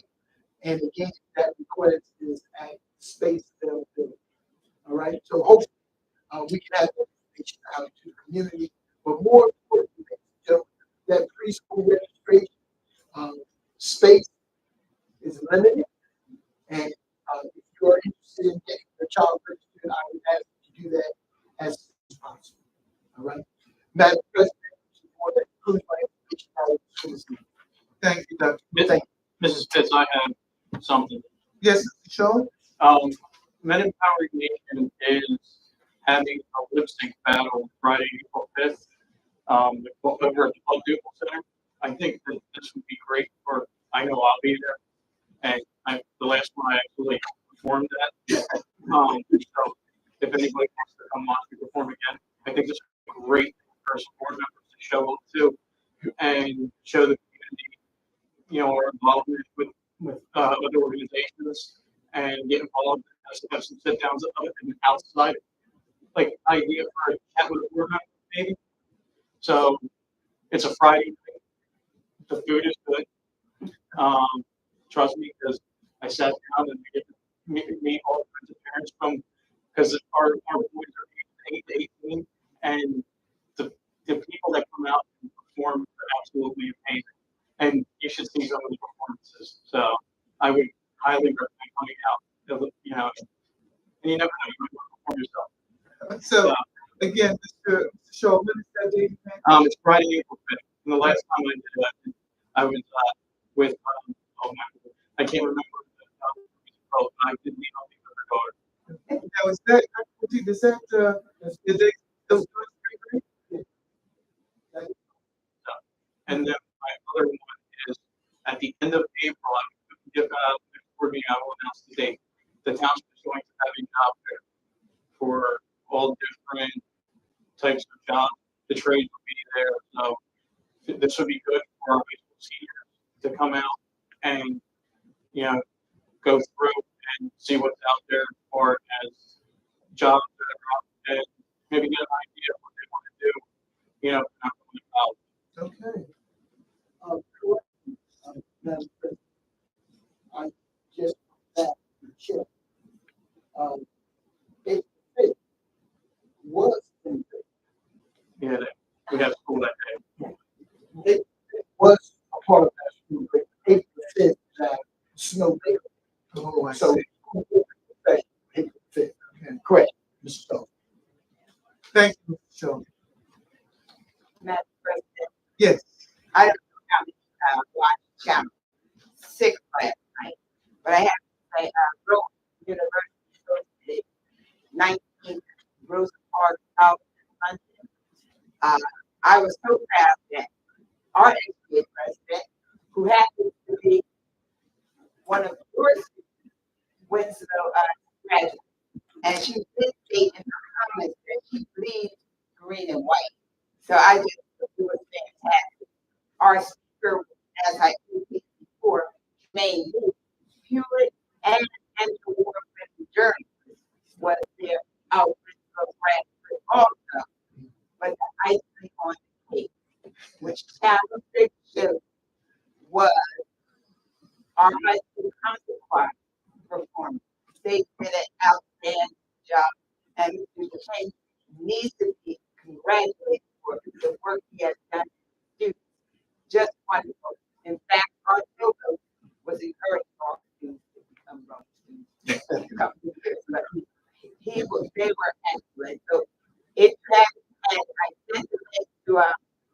the superintendent, assistant superintendent. So if you're interested, it's nice to see them. We can see. Yes, can it be posted? Sure, we'll take a shot at it. Because for one, I don't know if anyone else in the audience, but I know I also saw that piece yesterday on Channel 6, and they highlighted our choir. And our students look great. So again, you can post that link on our website, and hopefully for those of you who did not have the opportunity of seeing it yesterday, will be able to follow the link and get an opportunity to see it this time at UNC. Any further information items? All right, board, moving now, old business. I just have board members, one comment with regards to old business. Just a reminder, board members, as you know, when we communicate with each other by email, we have to remember that if we're sending an email to more than 3 of us, that we absolutely have to place on that email the statement, do not reply, do not respond. Because again, if we're sending an email out to more than 4 or 5 board members, and no matter what the content of the email, if indeed we respond, that is an automatic meeting that was not advertised. So just a reminder, Mr. Long, when you want to, because I know you've reminded us before. So do you want to just put a stamp on that? I couldn't say it any better. Madam President, an easy fix for that is to submit your information on the blind carbon copy line, which makes it then impossible to refile, which is something that I use when I disseminate information. If it was to the board as a whole coming to me, I might put in the board president and vice president, Dr. Poteet, but all the other board members would go on the blind CC line so that it's impossible for anyone to be in violation because you can't refile to a blind CC, but you do receive the information. Thank you. Just a friendly reminder, board members. Any other old business at this time? Hearing none, moving to new business. Any new business? Madam President, I got a few things I want to talk about new business if I may. Yes, Mr. Thomas. Just first and foremost, as we wind down with Black History Month, there is our school 6 tomorrow, Thursday, 6 to 8, hosting Black History event. Our school orchestra will be there, and our middle school band will be there. If anyone would like to attend that, they're more than welcome. That's at school 6 tomorrow? Yes, it's school 6 tomorrow. Also, just keeping in line with the Black history and keeping in line with our alumni and things that are happening. We had a conversation in our athletic committee where we did a Black history feature this month on our Winslow Facebook page, but that went very successful. We got data to see exactly what people are interested in hearing and how we reached out to some of our Winslow Edgewood finalists and congratulated them and also highlighted them with the spotlight. And I just want to give you some numbers of who we touched and who we reached. The post reached 29,669 people that engaged that talked back to us was 5,347. And we regained another 28 followers on that. Some of the topics that was mostly viewed is when we highlighted Winslow Edgewood grads and spotlighted what they're doing now, which goes important to what we do when we start talking about corporate sponsorships and things like that.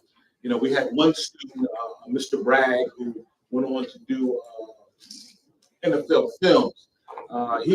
His post reached over 13,000 people and had over 2,438 engagements. Just to tell you why we're talking about that, one, where I had a conversation with the administration and our athletic committee with the input of our newest board member, Mr. Askew.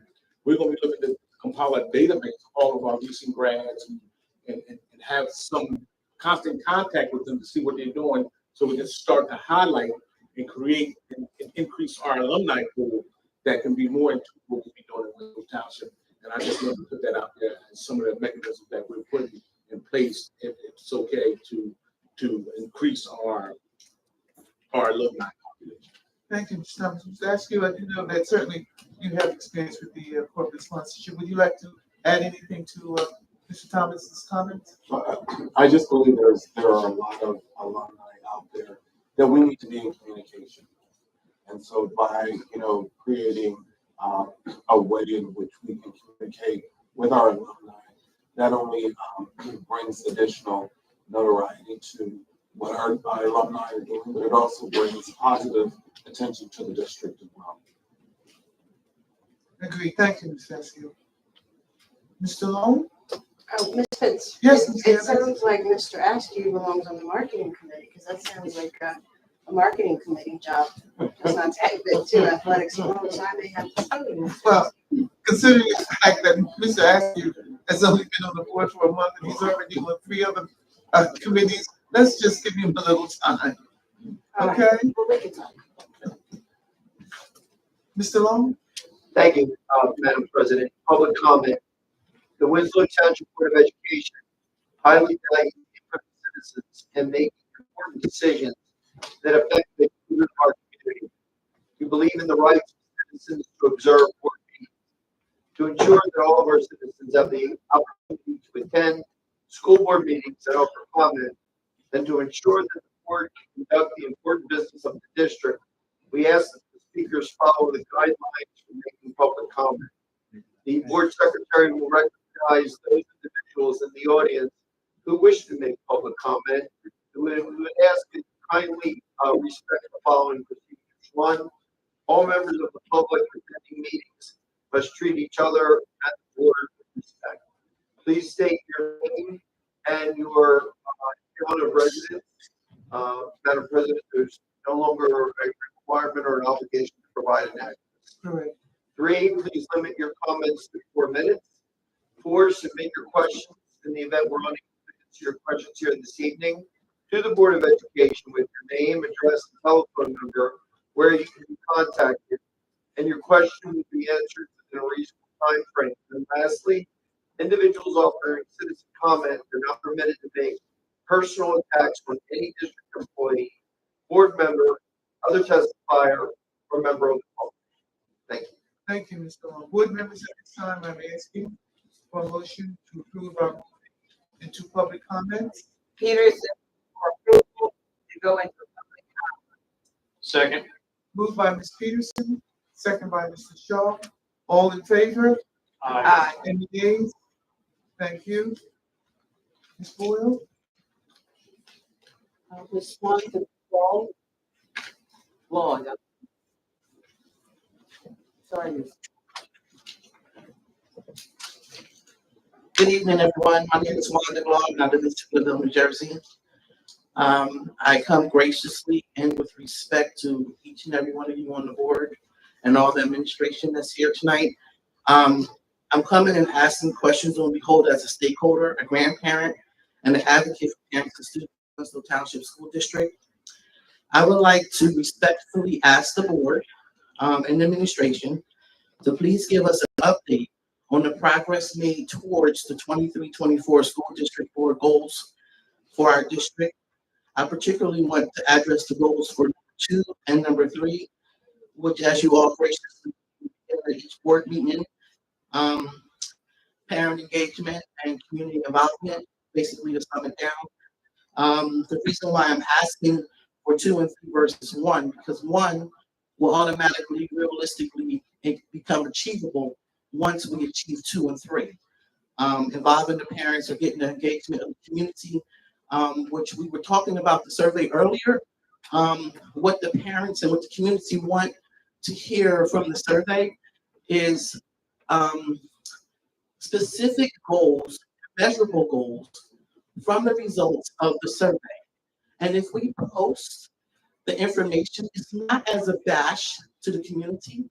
What it is it's an enlightenment to the community, exactly what this district is dealing with when it comes to behavioral issues with our school. If we don't have those numbers and we don't see the information that students and parents who are screaming that their kids are scared to come to school, or if kids are being bullied in school. And if it's not put on the website, say this was the result. We need to fix this. Dr. Boutique, you will get all the support from this community because you got a clap from the people that are here tonight and many people who are coming to me. We do want our kids to be able to come to an environment that is safe and that they can learn. However, if parents in the community are unaware of what is actually going on in the school, because it's only limited to YouTube, which most people aren't probably following because I look at the followers, and which is limited to your website, which is not always completely updated, because I look at that website and I get appalled at for all of our schools to not have a website that's really, one, people friendly, and number two, it's not updated. Some of the schools still have Christmas stuff on their website. We are now in February going to March. We have 3.5 months left of this school year. I would like for this school board, if you all, not tonight, because you can't answer me tonight, but when you all get together, be able to come up with the information that you all can disseminate to our community and to our parents, so that we can all publicly know what have you achieved for the last 3 years that have put us in the situation right now where our school is being monitored. Why haven't we achieved anything in the last 3 years? Why does it seem like it's getting worse? And now that it's getting worse, it seems like the whip is coming out to start smacking on the butt. And that's not right. We need to nip things in the bud when it starts happening. We got kids in our school that have behavioral issues. Listen, and they're stopping the majority of the kids from learning. We need to crack that whip real fast. Not wait until December, January, February, March to start making up new policies on cell phones, because the cell phone is not the main behavioral issue in our school. We got kids coming to our school in pajamas. That's a part of your school dress code. How are kids coming to school in pajamas? I have a niece that goes to the high school, and she's appalled that she sees a lot of her people walking around the school in their pajamas. That's a safety and health issue. We don't know if they slept in those things overnight, but we need to address these issues. And if they're not going to follow the Winslow Township School District, I, for one, will stand with you, and I will stand for you. But we got to make this, we have to hold our parents and our kids accountable from day one and not let it go to whatever past the 100th day to start getting upset about what's happening in our schools. And I'm coming as a grandparent, I'm coming as a taxpayer, and I'm coming as a parent advocate and a child advocate, not as a CAC chairperson right now. And I'd like to thank you.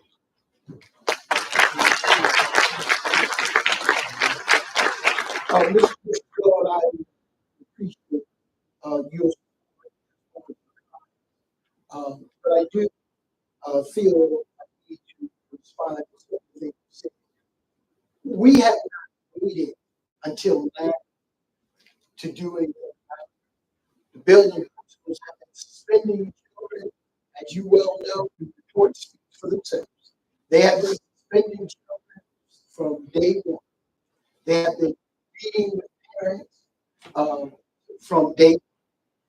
Where we are now, the fact that we need those parents to start taking a little more responsibility for the action of these young people.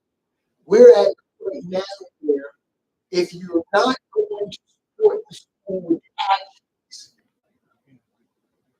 that need to be taken, that we're going to take the action. My position is, if a student does not want to come to school to learn, then I have to ask the parent, why should he be? So the principals have been doing everything they can do within the scope of their authority. And I am saying to the community that these things that we have attempted to do and the efforts we've made to a degree have not been successful. So I'm saying tonight that we're going to take some different action, and I am going to be directly involved in that. So it's not like we waited till the last minute and nothing has been done. There's been a lot of things done. But at this point, they have to work within the scope of their money. They have to work within the scope of the law.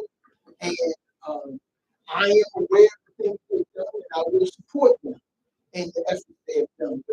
point, I am going to ask those parents to meet with me, and that we are going to make some decisions as to what are the next steps for those young people. No, we have not done that in the past. But yes, we're going to do what we have to do, but it's not like nothing has been done. There's been a lot of things done, and it has been documented. When a lot of things have been done, but you haven't had any results, like Einstein says, you keep doing the same thing over and over again and expect this result is complete insanity. However, I do appreciate the fact that you are taking another step, because in October, when you guys had a slew of suspensions from the school due to behavioral issues, November 1st, what you're talking about right now, not March the 1st coming up this week, it should have been handled back then now. But I'm going to thank you for handling it now, because now is where we are, is right now. Because I do appreciate you and support you on that initiative and hope that we can push forward with that, so that come September of 2024, come October of 2024, we don't have a slew of suspensions of kids. After they get in trouble, you invite their parents to come and sit down and talk to them. So that's, and I'm Well, not. and I also have to take advantage the school district has to work within the law. However, we're going to have, here's about Ms. Gall, and there's no need for us to be.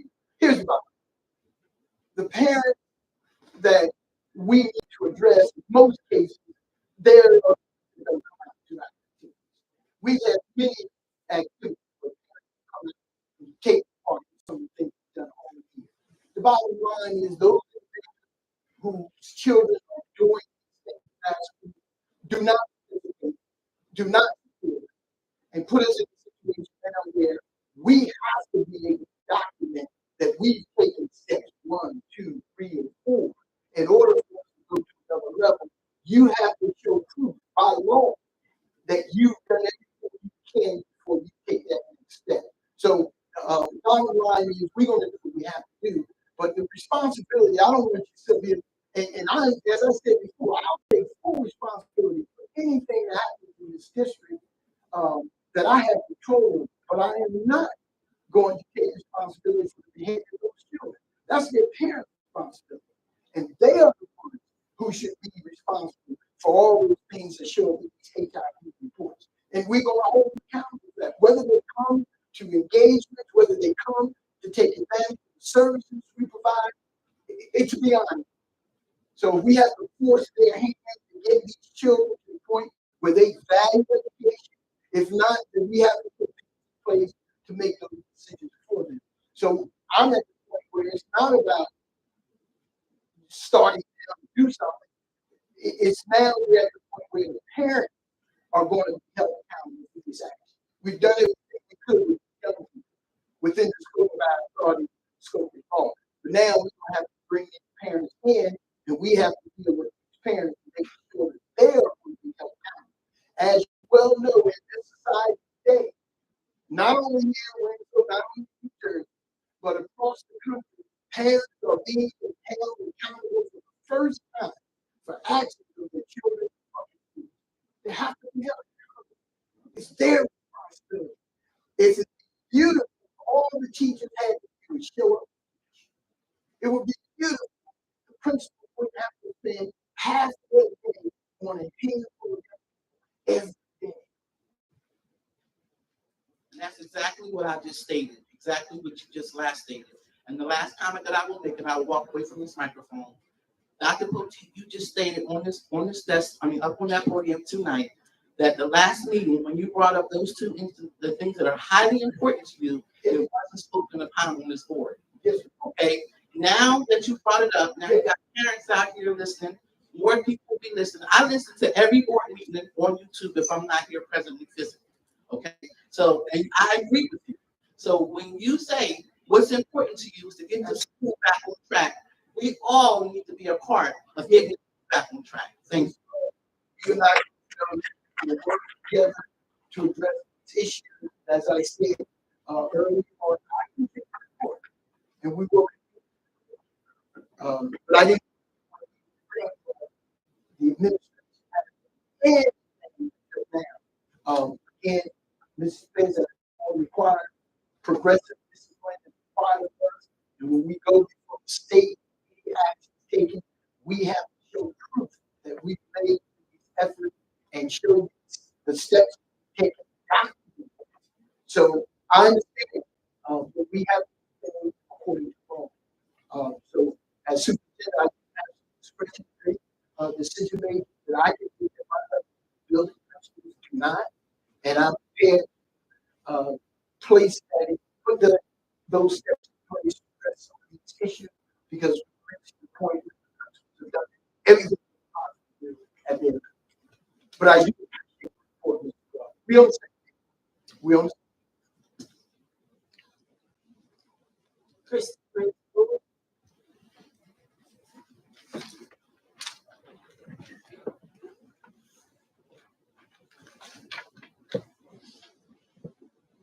Hello, everyone.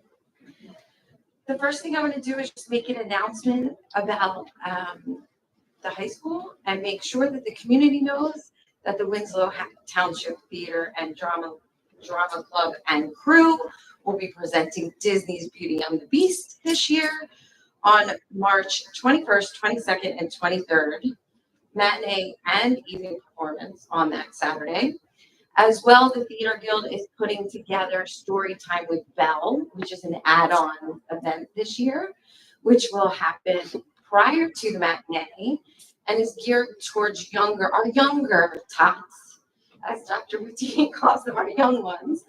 And it will include a story time, a snack, a craft, and interactivity with the students at the high school. So a really great event. All the proceeds from that event will go towards scholarships for theater, arts, and music students at the high school that are pursuing their higher education degrees. So anyone that would like to support. And programs are now available and due at the end of this week. So just to cover all the theater bases at the high school and make sure we get that out there. One note, since we do not have online sales, and this is going to be a very, very popular show, I suggest that people show up early so that you're not waiting in a long line at the door. Okay. Secondly, I just have a couple of topics that I want to bring up and discuss tonight. One is, at Winslow Township Schools, we know we're all about making sure that everyone knows the rules and why they're important. But recently, some decisions were made too quickly without following the right steps. It's like deciding to play a game, but changing the rules without telling everyone. And that's not really fair, right? So as a district, we have protocols in place for a reason, so that policies and procedures get updated in the correct manner. It's why you all sit up here on the stage and we go through the agenda and the policies and the procedures. For example, changing a code of conduct for the outcome of a discipline infraction needs to go through the policy committee first before updates occur, then on to the Board of Education, a first reading, a second reading, votes, etc. There's a reason why those processes exist. But recently, high school students were mandated OSS for cell phone infractions, even before the committee made such a recommendation. Building administrators were given instruction from district leadership before any such proper protocol was followed.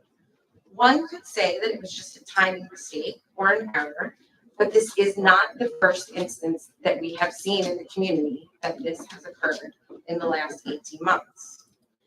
We as the community want to recognize that this is not the proper way to go, that it's overstepping, that it's an insult to the community and the parents to not have proper information communicated, that it's unfair to the building administrators and the staff that have to carry out such changes without the backup of the written policy. We as a community expect a few things from our district and the district's leadership and the board. We expect transparency. We expect effective communication. We expect an educational environment and culture conducive to fostering learning. We have a punitive-based culture right now. More punishment does not work or correlate with better academics, and punishing all of the masses because of the few that we know should have those procedures put into place that we were just speaking about collectively and all agree on, doesn't fix the issues of violence and bullying. Here's what we want. We want clear information. What we expect for our children is to walk into a school environment. I guess you, That's fine. I'll pass on. okay. Thank you. Madam President, may I that, Yes. um,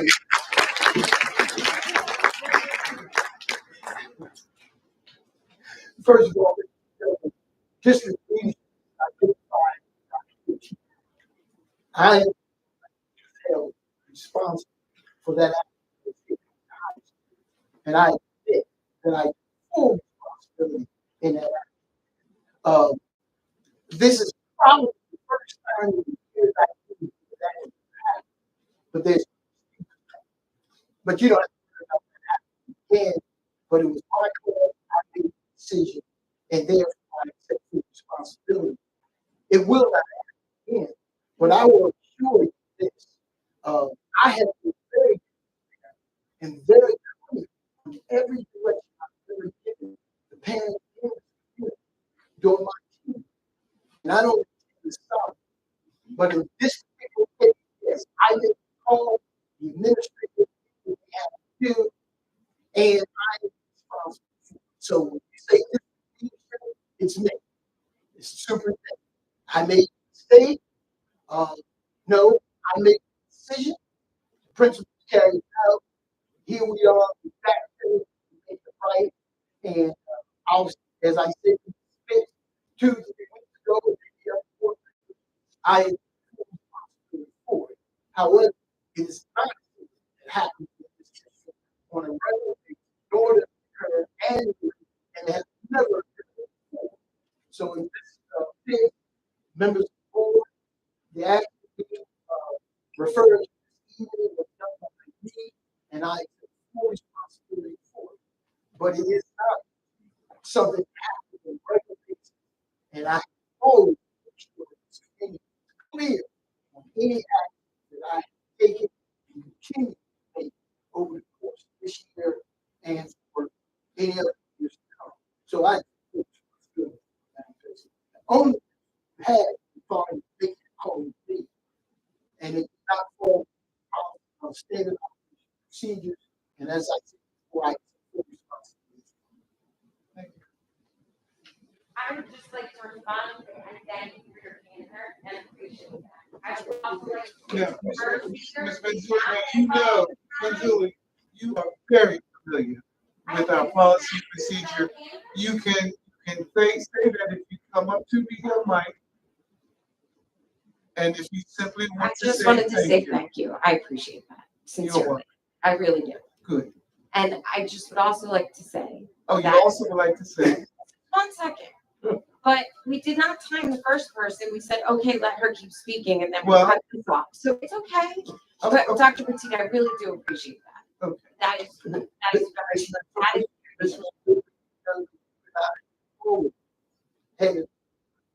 I understand. And I never where you and deal with everything. Absolutely. And we will. Thank you. Thank you. Ms. Boyle?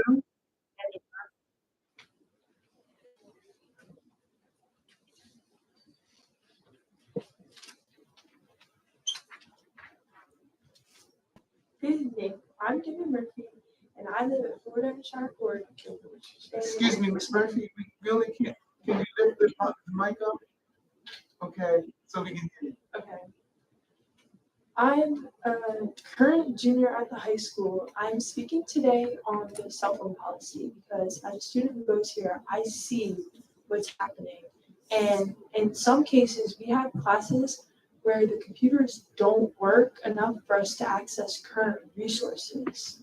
And so, and then we need to know because it's helping us better our education. And I've looked at other schools around the area, including Delsey, and their policy has it so that teachers have the choice to allow. And I get that we shouldn't be on our phones while teachers are teaching, but when there's free time towards the end of class when they're done the lesson, and when we are like not doing something right there.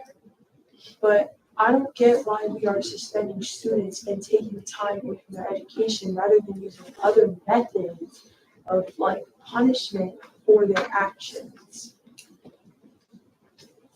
Thank you, Ms. Murphy, but let me just say this. As chairperson of the policy committee, we have also researched various cell phone policies in other districts. And many of the other districts do allow students to use cell phones at certain times at the instruction of the teacher. That's very different, Ms. Murphy, from pulling out, as you know, your cell phone during class. And so we are attempting not to be punitive, but what we are attempting to do is to create an environment whereby learning can take place, and to have cell phones being taken out indiscriminately does interrupt the instruction process. But we are working hard to make sure that our cell phone policy is fair and equitable to all. Okay, thank you. Have a This good is, this is,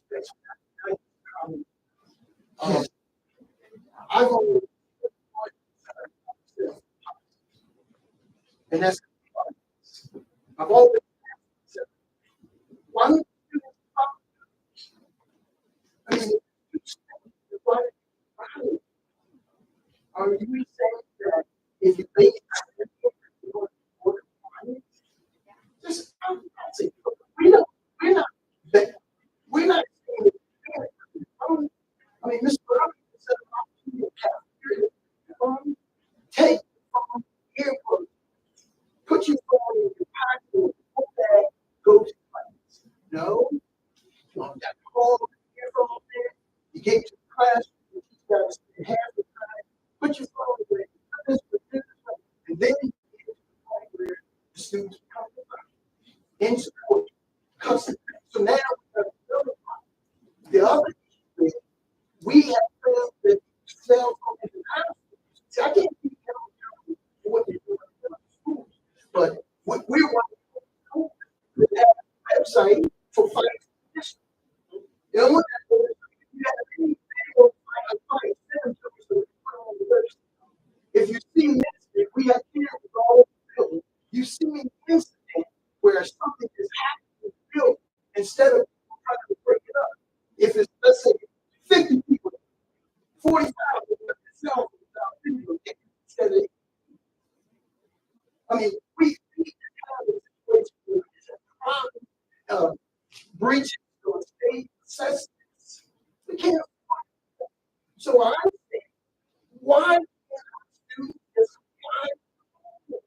Just don't get on it. Now, everyone, if you go down to the municipal building, it's packed. Most of them are traffic violations. Are they going to take the speed out here on 73 because people making whatever, 100, 200 a week? No, it's called violence. Just abide by the rule. That's all. Just don't do it. Just put it away. It just seems so easy for me. And I don't have just put yourself. I mean, we're not going to have schools where there's no, just put it away. The rules they can have class, you just put it away. Just simply that. Just put yourself away. Mrs. Pitts and board members, I just have one issue.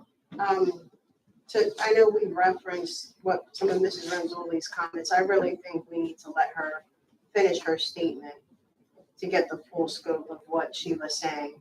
And also to make her point, the first speaker was given latitude with the 4 minutes. I think we should go back and let her finish her statement.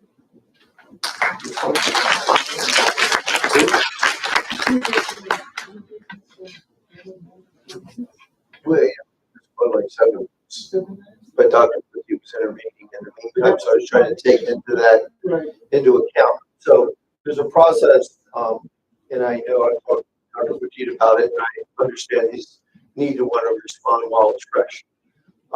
But frequently, my other clients hear all the comments, close the public portion, and then respond to the comments after the public portion is closed.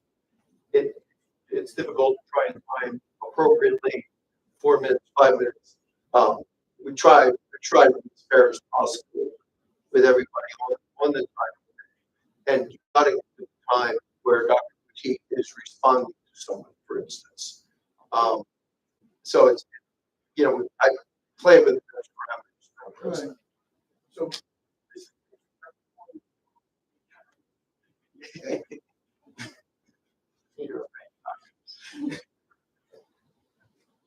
Any other comments from board members? Are we not gonna let Mrs. Renzulli finish her statement? I said, I'm asking any other comments, Ms. Nieves, from board members. I just have a comment. Thank you. If I think it's fair to let Ms. Renzulli continue.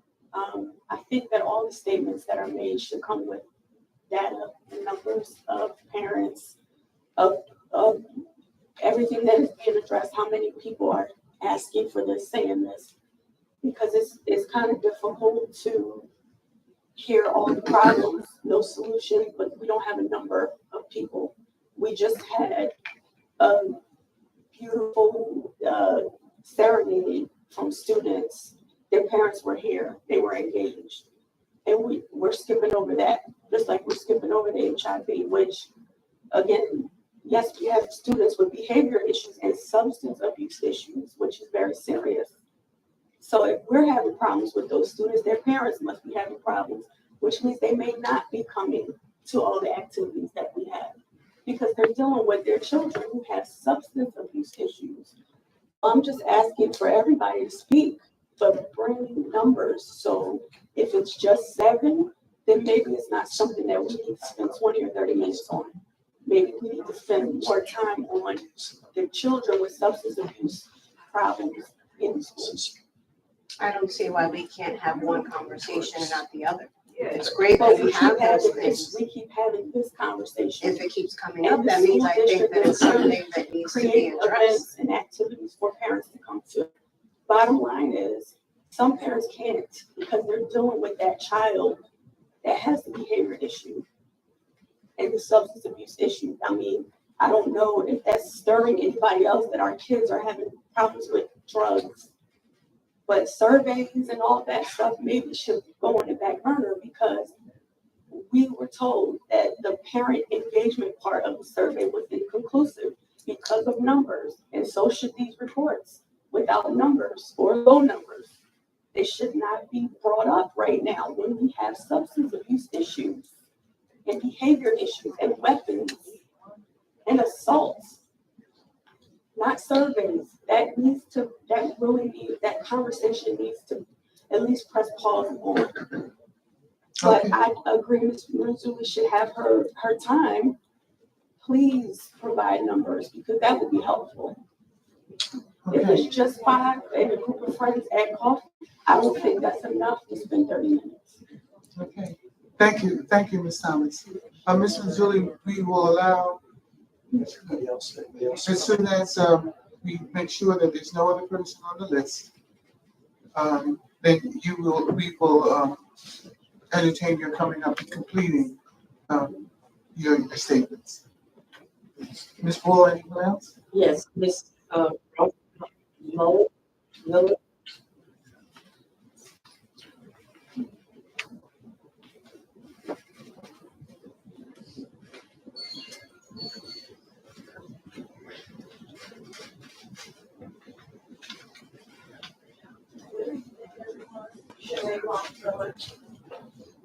So you hear me? Hi, good evening, Shanae Rothmiller. I'm just probably carrying on with Ms. Renzulli's morning state about cell phone policy. I hear you, Dr. Petit, about the being compliance, but I think that it's important to take into consideration the day and age that we're in. Technology is everything, and high school students, that's all they know. That's all the world knows at this point. I do think that there definitely has to be, the rules, and yes, I understand the videos and posting them. And from what I hear, what I get, we're not the only school that has a website that says post your rights. But so I think the whole video and the camera portion could be a separate thing. Cell phones are tools. There's more things to do with a cell phone besides texting and talking. A lot of the students here, we have the school, we use the Remind app. Teachers,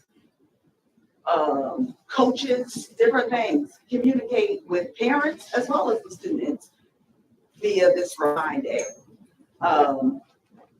But yes, students need to pay attention and be alert in classroom, but suspending students for 2 days and making them miss their education, that just should not go with equal, or because that should not be the result of a student having a phone out or even texting. What's wrong with a detention? What about an in-school suspension? Something else, but going straight to a 2-day suspension is ridiculous.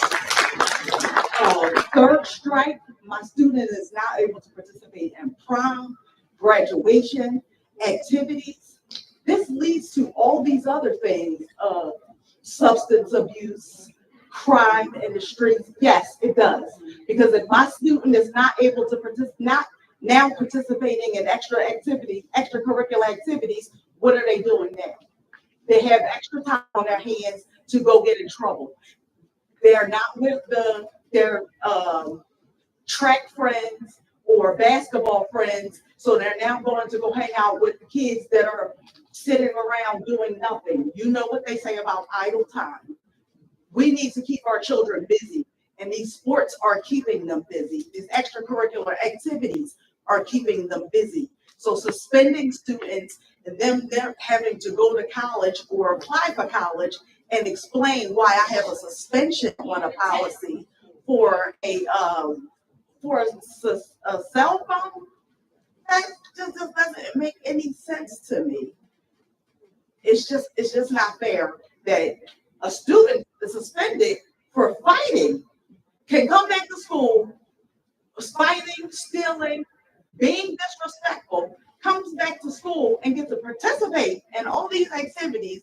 But a student who gets suspended for a cell phone, okay, 3 strikes, a cell phone, something so simplistic, and losing all these privileges. But this student that's disrespectful at all levels gets to come back and have the same privileges that a student using a cell. That's what your policy says. Thank you, Ms. Rothman. Thank you. Thank you.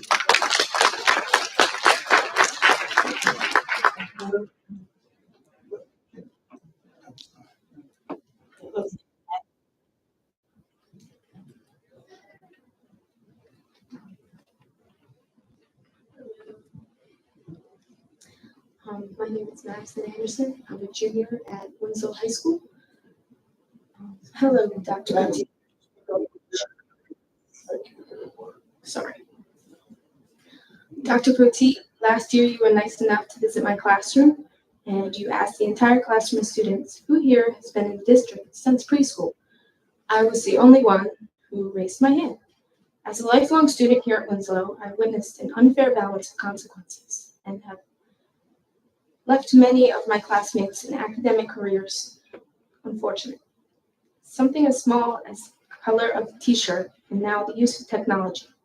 I invite you again to visit my classroom and witness the outdated broken Chromebooks that we share with other classrooms, outdated technology that cannot even be used for state testing. My teachers need technology and allow the use cell phones in their classrooms. They respect the students enough to acknowledge that they can be treated as responsible adults. Surrounding districts have given their students Chromebooks freshman year to use throughout their academic careers.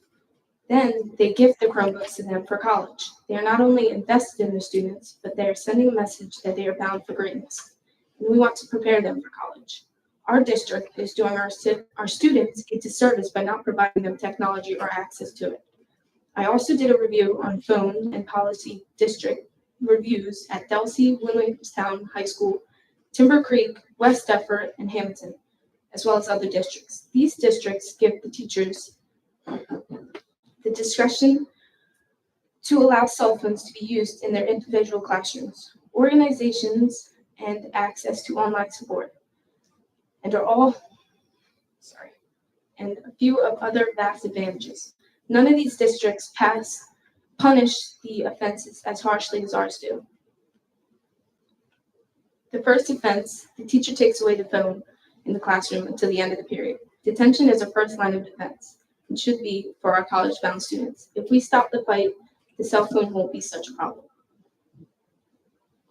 Thank you.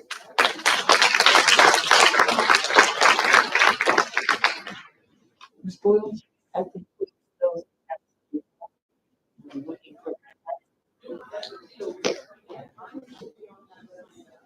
Okay, ladies and gentlemen. I know, could the teacher have a seat for me, please? Good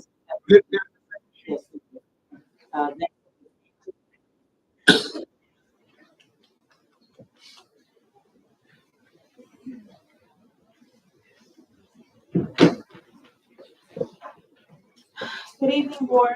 I am Angela Green, and I represent more than 20 parents in the following issues that you may or may not be aware of.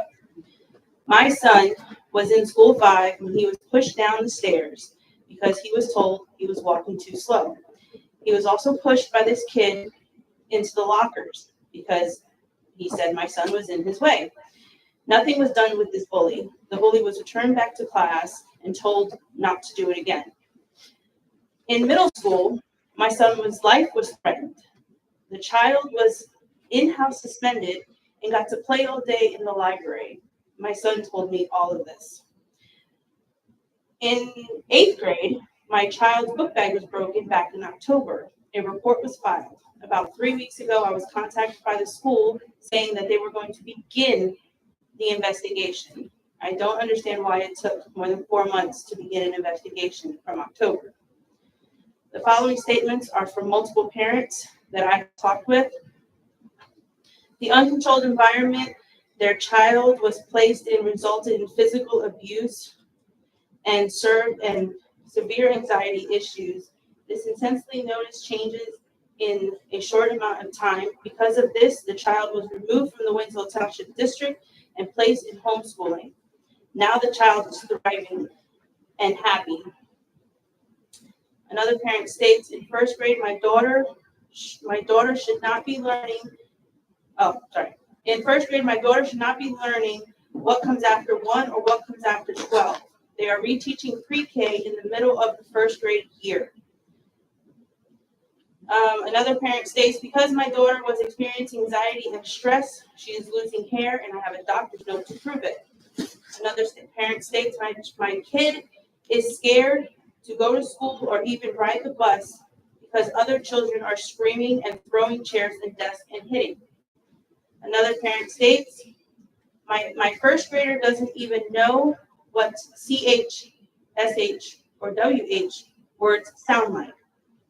So after I get home at 5:30, I cook dinner, I feed my kids. I have to keep my daughter up 2 hours after bedtime to reteach everything they should have learned in school. Another parent states, my daughter was stabbed with a pencil and the child was immediately returned to class. My son's teacher, Mrs. Polite, antagonized my son with having a meltdown. On Valentine's Day, he got upset and she told him. Okay, excuse me now. Rules. 2 things we cannot say. A student's name, right? And the employee's name. And sorry. we're working you in your last minute. Okay? Okay, we can say that either. Well, the teacher threw away the person's Valentine's Day cards, told the kid to sit down, and did not let him participate. She also took his chain and did not return it back to the parent. In school 5, this was last Friday, her son's tooth was knocked out, and the kid was immediately returned to class.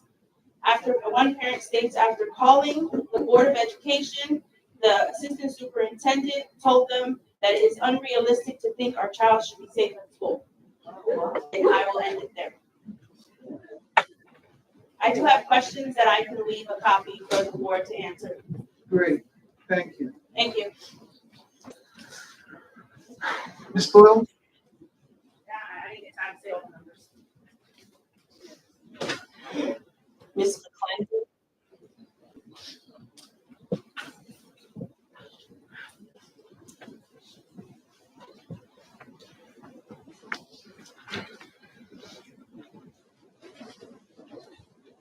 Good evening, Dr. Boutique, Ms. Pitts, board members, Abina McClendon. I live in Sicklerville. Gosh, there's so much I want to piggyback off tonight. First thing, Miss Madison Anderson, I think you did a wonderful job. I definitely would ask the policy committee to rethink or go back and kind of look at, especially the first offense. I do think the first offense of a 2-day suspension is drastic, and not saying that nothing should be done. Definitely, we need to be able to teach our students to follow instructions. That's definitely a must. But I think that you've heard from a lot of people about the cell phone policy, but just the strictness of even just the first offense. So I ask that you just go back and think about what you heard tonight. I mean, because that's all about listening and seeing how you can meet in the middle to make it work, but still get your point across of what's not going to be tolerated. And that's it I'm going to say about that. Second thing is I want to piggyback off of Ms. Peterson.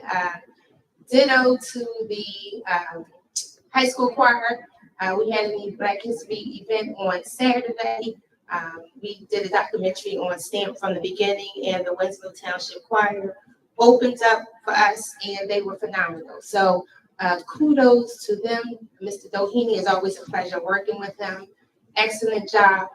We were able to live stream the event, so it is still getting views. As of today, there's over 600, almost 700 views of spotlighting greatness in Winslow. So even though we're here tonight talking about things that's not being done right, Winslow is still a good school. We just need to fix the issues that maybe every school has an issue. So we need to hear out, communicate, listen to what's being said, and find a middle ground to make it work.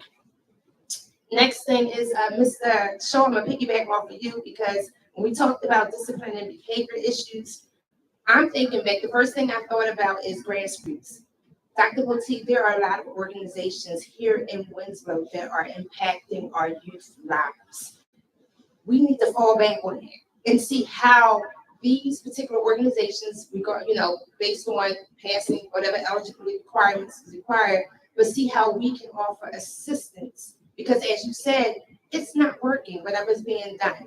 And I think that a lot of the organizations here have something to offer that will be willing to work with these young people, because we're doing it now.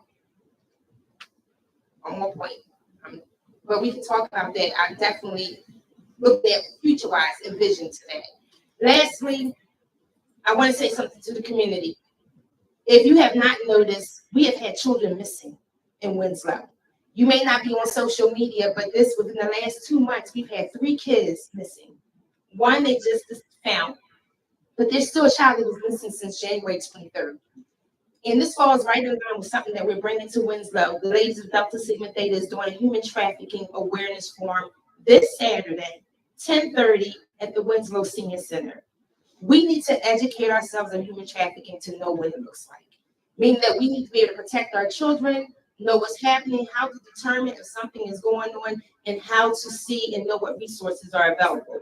Open eyes save lives. And so this came right in tune with, me seeing this on Facebook. And I went to the township meeting last night because it was something that I addressed with them.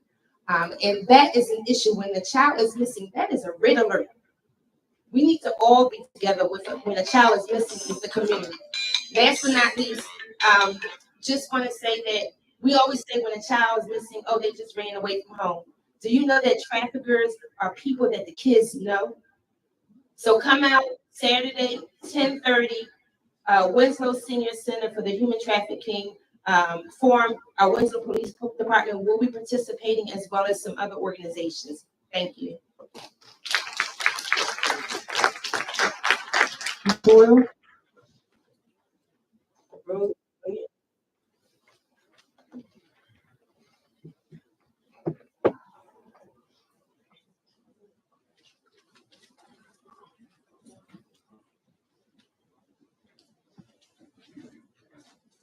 Good evening, and thank you for the invitation, Ms. Pitts, to come here tonight to address the board and the parents who've attended. I am Rose Williams, Executive Director of Harambe Social Services here in Sicklerville. I'm also a resident of Sicklerville for the past 24 years. I have with me the Assistant Executive Director, Ms. Fawn Ruiz, who I will ask to share some of the time. Harambe Social Services has been in service and operating since 2013 here in Sicklerville, New Jersey. We provide advocacy, case management, to victims and survivors of domestic violence and sexual assault. And that is survivors as well as their children. Tonight, I wanted to just share a couple of points so that you can understand the gravity of the issue. We more recently have started to serve youth because we recognize that children who witness abuse of their parents have serious trauma and carry that with them without mental health services, which we have mentioned here tonight, then they continue to have other issues. In New Jersey, 14,930 incidents. Of those incidents, children have witnessed that abuse of their parent. And that's 24% of all, only the reported cases of domestic violence in New Jersey. And that's from the 2020 statistics. So what we wanted to just share briefly with you tonight are two programs that are addressing one, prevention, and two, intervention, so that we can help to address this very serious issue within New Jersey, but specifically in Camden County. But we wanted to bring it to Winslow because as I spoke to Ms. Pitts a couple of weeks ago and spoke about the need to get this information to the community, she suggested that we come here to do that first. So I'm just going to bring up Ms. Ruiz at this point to just say just a brief bit about this. Thank you everyone for your time. It's been a long evening. So we have a youth wellness program. This is a opportunity for youth ages 12 to 18 to be able to receive trauma-informed therapy from culturally trained therapists. They provide, like I said, trauma-informed therapy, also creative arts therapy and sand play.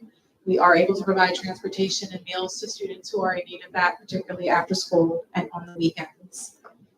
In addition to the youth wellness program, we have a Teens in Charge healthy relationship program. I'm one of the facilitators. I've had the opportunity to go into schools in the city of Camden and provide 5 to 9 week trainings in which I teach youth about healthy relationships, gender-based violence, socialization, oppression, and how to become advocates in our own community, which many of them have done and are advocates of our program as well.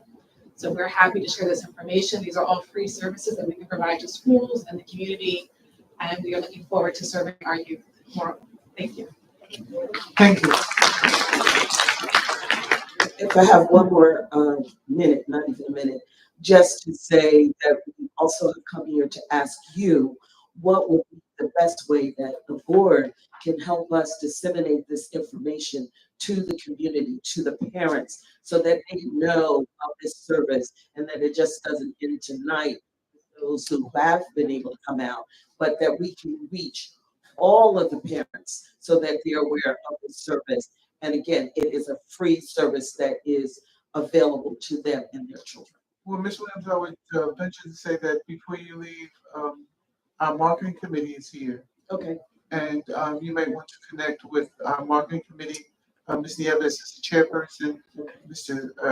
Thomas is on that committee, and also Mr. Shaw. All right. So before you leave tonight, perhaps you may want to connect with them. We'd be happy to do that. Thank you so much. Thank you. Thank you for your time. Ms. Boyle?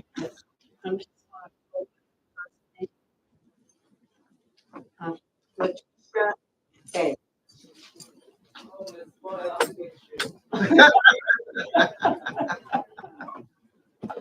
See, I'm gonna stand corrected, Ms. Boyle. I thought you were skipping my name and closing the other public comments because you didn't want to say a J Blum. So I stand corrected. It was not the case. There was so many people after that, on another sheet, so I stand corrected. So, and for you, Mr. Thomas, you said my son's name a few times. So it's Chukwu Emeka Ajablum. So boys track team, they're on fire. I'm just excited for the boys and the girls track team. And I'm hoping that you'll be saying their names again in a few weeks. So, so thank you for your pronunciation. It was almost. But the reason why I wanted to stand before you today was to let you guys know that the high school plus the dual credit program, I haven't heard you guys promoting that. 7 years ago when I first came to this community, you used to promote that a lot. I don't know if it was brand new at the time, but if I didn't have a child already going through, that already went through, I wouldn't have known. So that is a fantastic parent engagement that you guys should be still promoting. If I did not know, if I didn't have my other child that both went through school and took advantage of that, I would not have called Camden County, or not called, I emailed them 2 weeks ago and I said, when's your deadline? I haven't been hearing about this through school. And they told me the deadline is March 1st. So you guys have 2 days. I already registered my son, and I came here to just put it out here because I meant to reach out to the counselors and get it on their radar. But I did email some of the teachers and say, "Hey, can you promote this?" And then I asked my son tonight, and I said, "Did you hear anything about it?" And he still said no. So just try to promote. That's one thing you guys can help us do. How to find some more money. I need money for college. The one that's in and the ones that coming up, that one that's, getting ready to graduate in a few years. We need money. So engage parents about finding money, finding scholarships. And I'm not talking about those bogus ones that, you got a 1 in a 50,000 chance of getting. Real, true scholarships. Engage us about those. Engage us about taking advantage of the dual credit program. That dual credit, my son, he is half a semester in the game, so to speak. So he went in as a freshman, but he's really a thank you. So that's what you guys would be able to help me with, something like that. And I'm not going to say anything negative about the parent survey, but I'll just say one thing about that parent survey, or the survey that was talked about. I didn't understand that the scope. So we should focus on what the reports come out.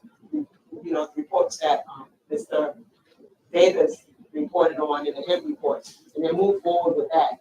But if it's some bogus, I didn't take it because it was just not. It was used. The questions were just not. I don't work here. It was geared towards the person who works here. So let's focus our resources and engage the parents that way. If you can, at least engage me. Tell me how to find some money. Okay. Thank you. And this is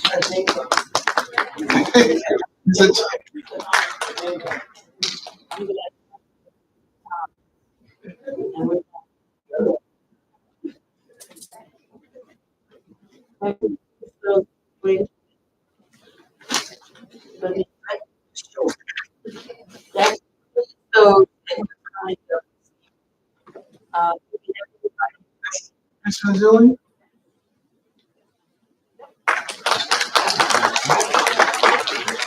If you want to come up and finish your, I would love to, but you have another person. I would take aware of the sign off list, and I would like to come up for a brief minute. okay, come on up.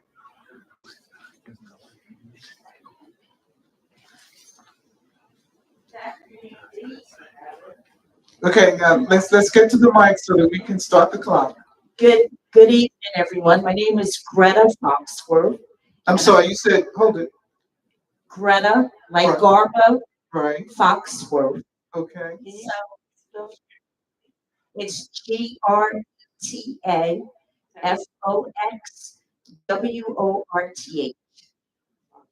Thank you. And I'm a resident of Winslow Township over 40 years. At this point, I have grandchildren coming through this school district. I'm here tonight and I've heard a lot of things that I wasn't aware of.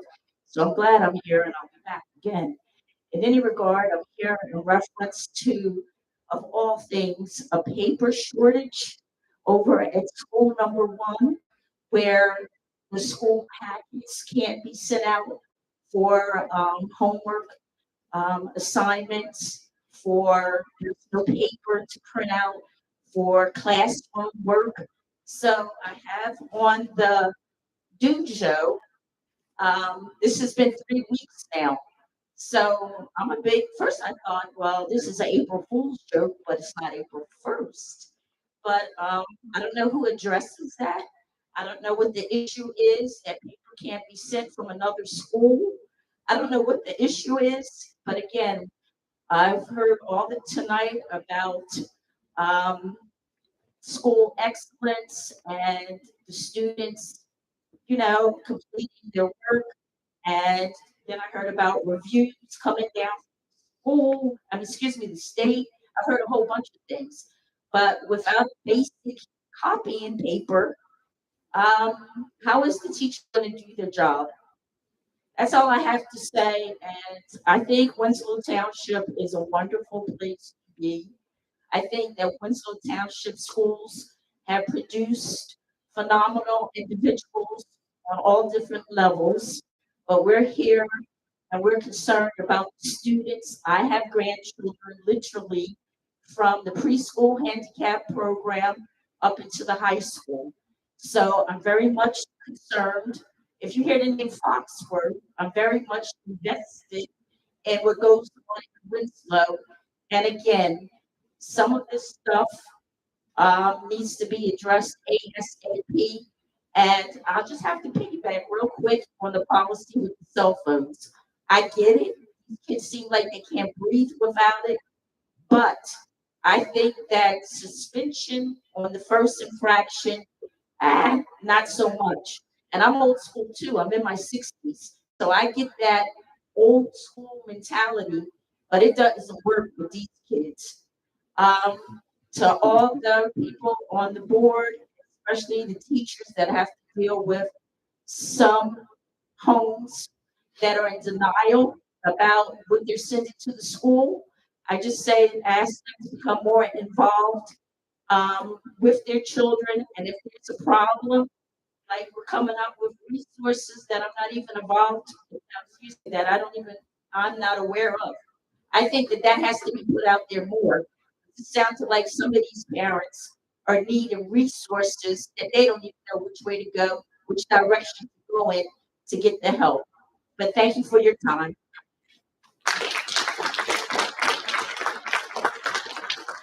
Ms. Boyle? Thank you. Ms. Mazzilli, you want to finish your statement?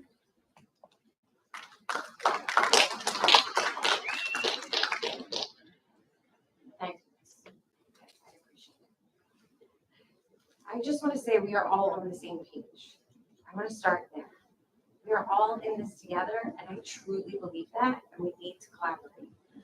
What I came to really talk about tonight was not a cell phone policy. It's about our culture. It's about who we are as a district and what I've seen. We have a culture issue here. More punishment just doesn't work or correlate with better academics, especially for our great students who are walking into the school every day and not breaking the rules. It doesn't fix the issues of violence, bullying. It just pushes down those kids who are our top-notch students walking these doors every day. I mean, we don't even recognize what we're doing to them.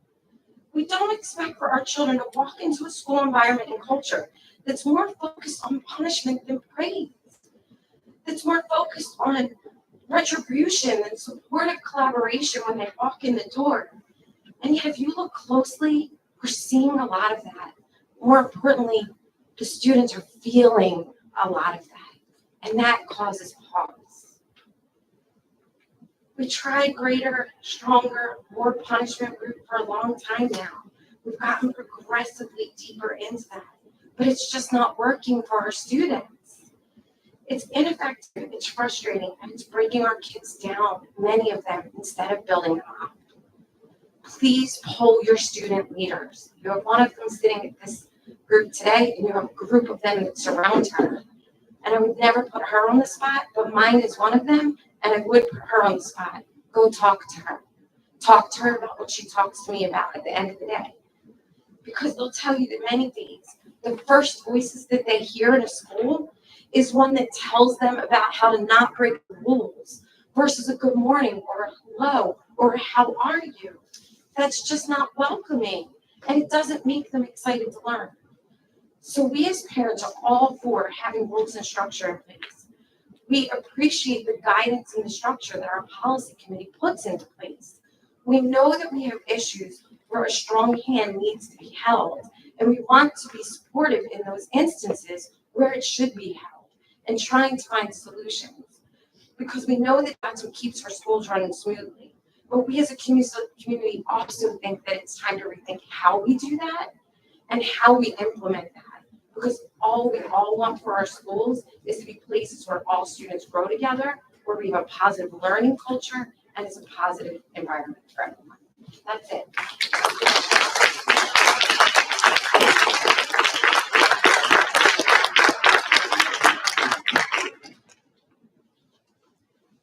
So, Ms. Boyle, does that conclude those who have signed up for? Yes, ma'am. Do we have anyone in the waiting room or? Nope, nope. Nobody in the waiting room. Thank you. You're welcome.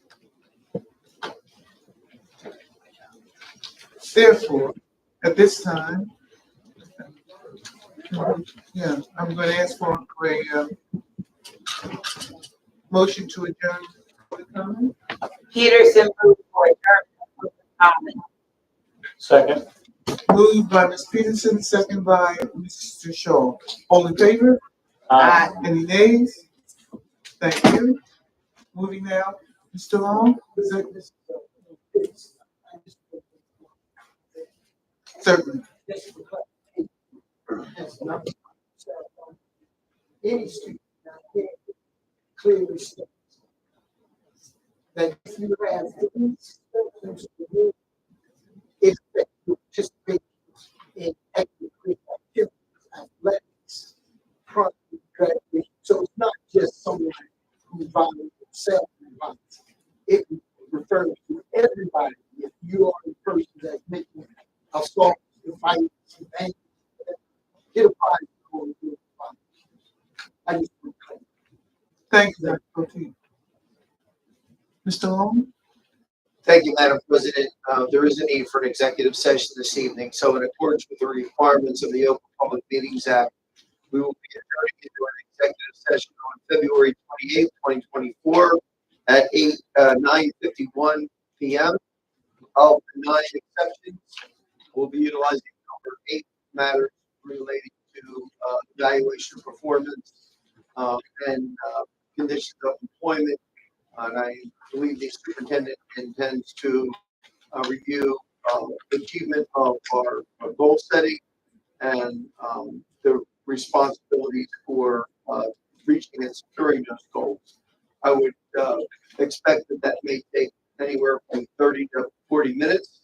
And it is with deep regret that I say to my colleagues, Dr. Parkamo, Mrs. Boyle, and Mr. Davis, that you are, I understand, not needed for executive session. I know that's something great. So with that, we call for a motion. Thank you, Ms. Long. Therefore, at this time, board members, I'm asking for a motion to approve our moving into executive session. Peter, to move into executive session. Second.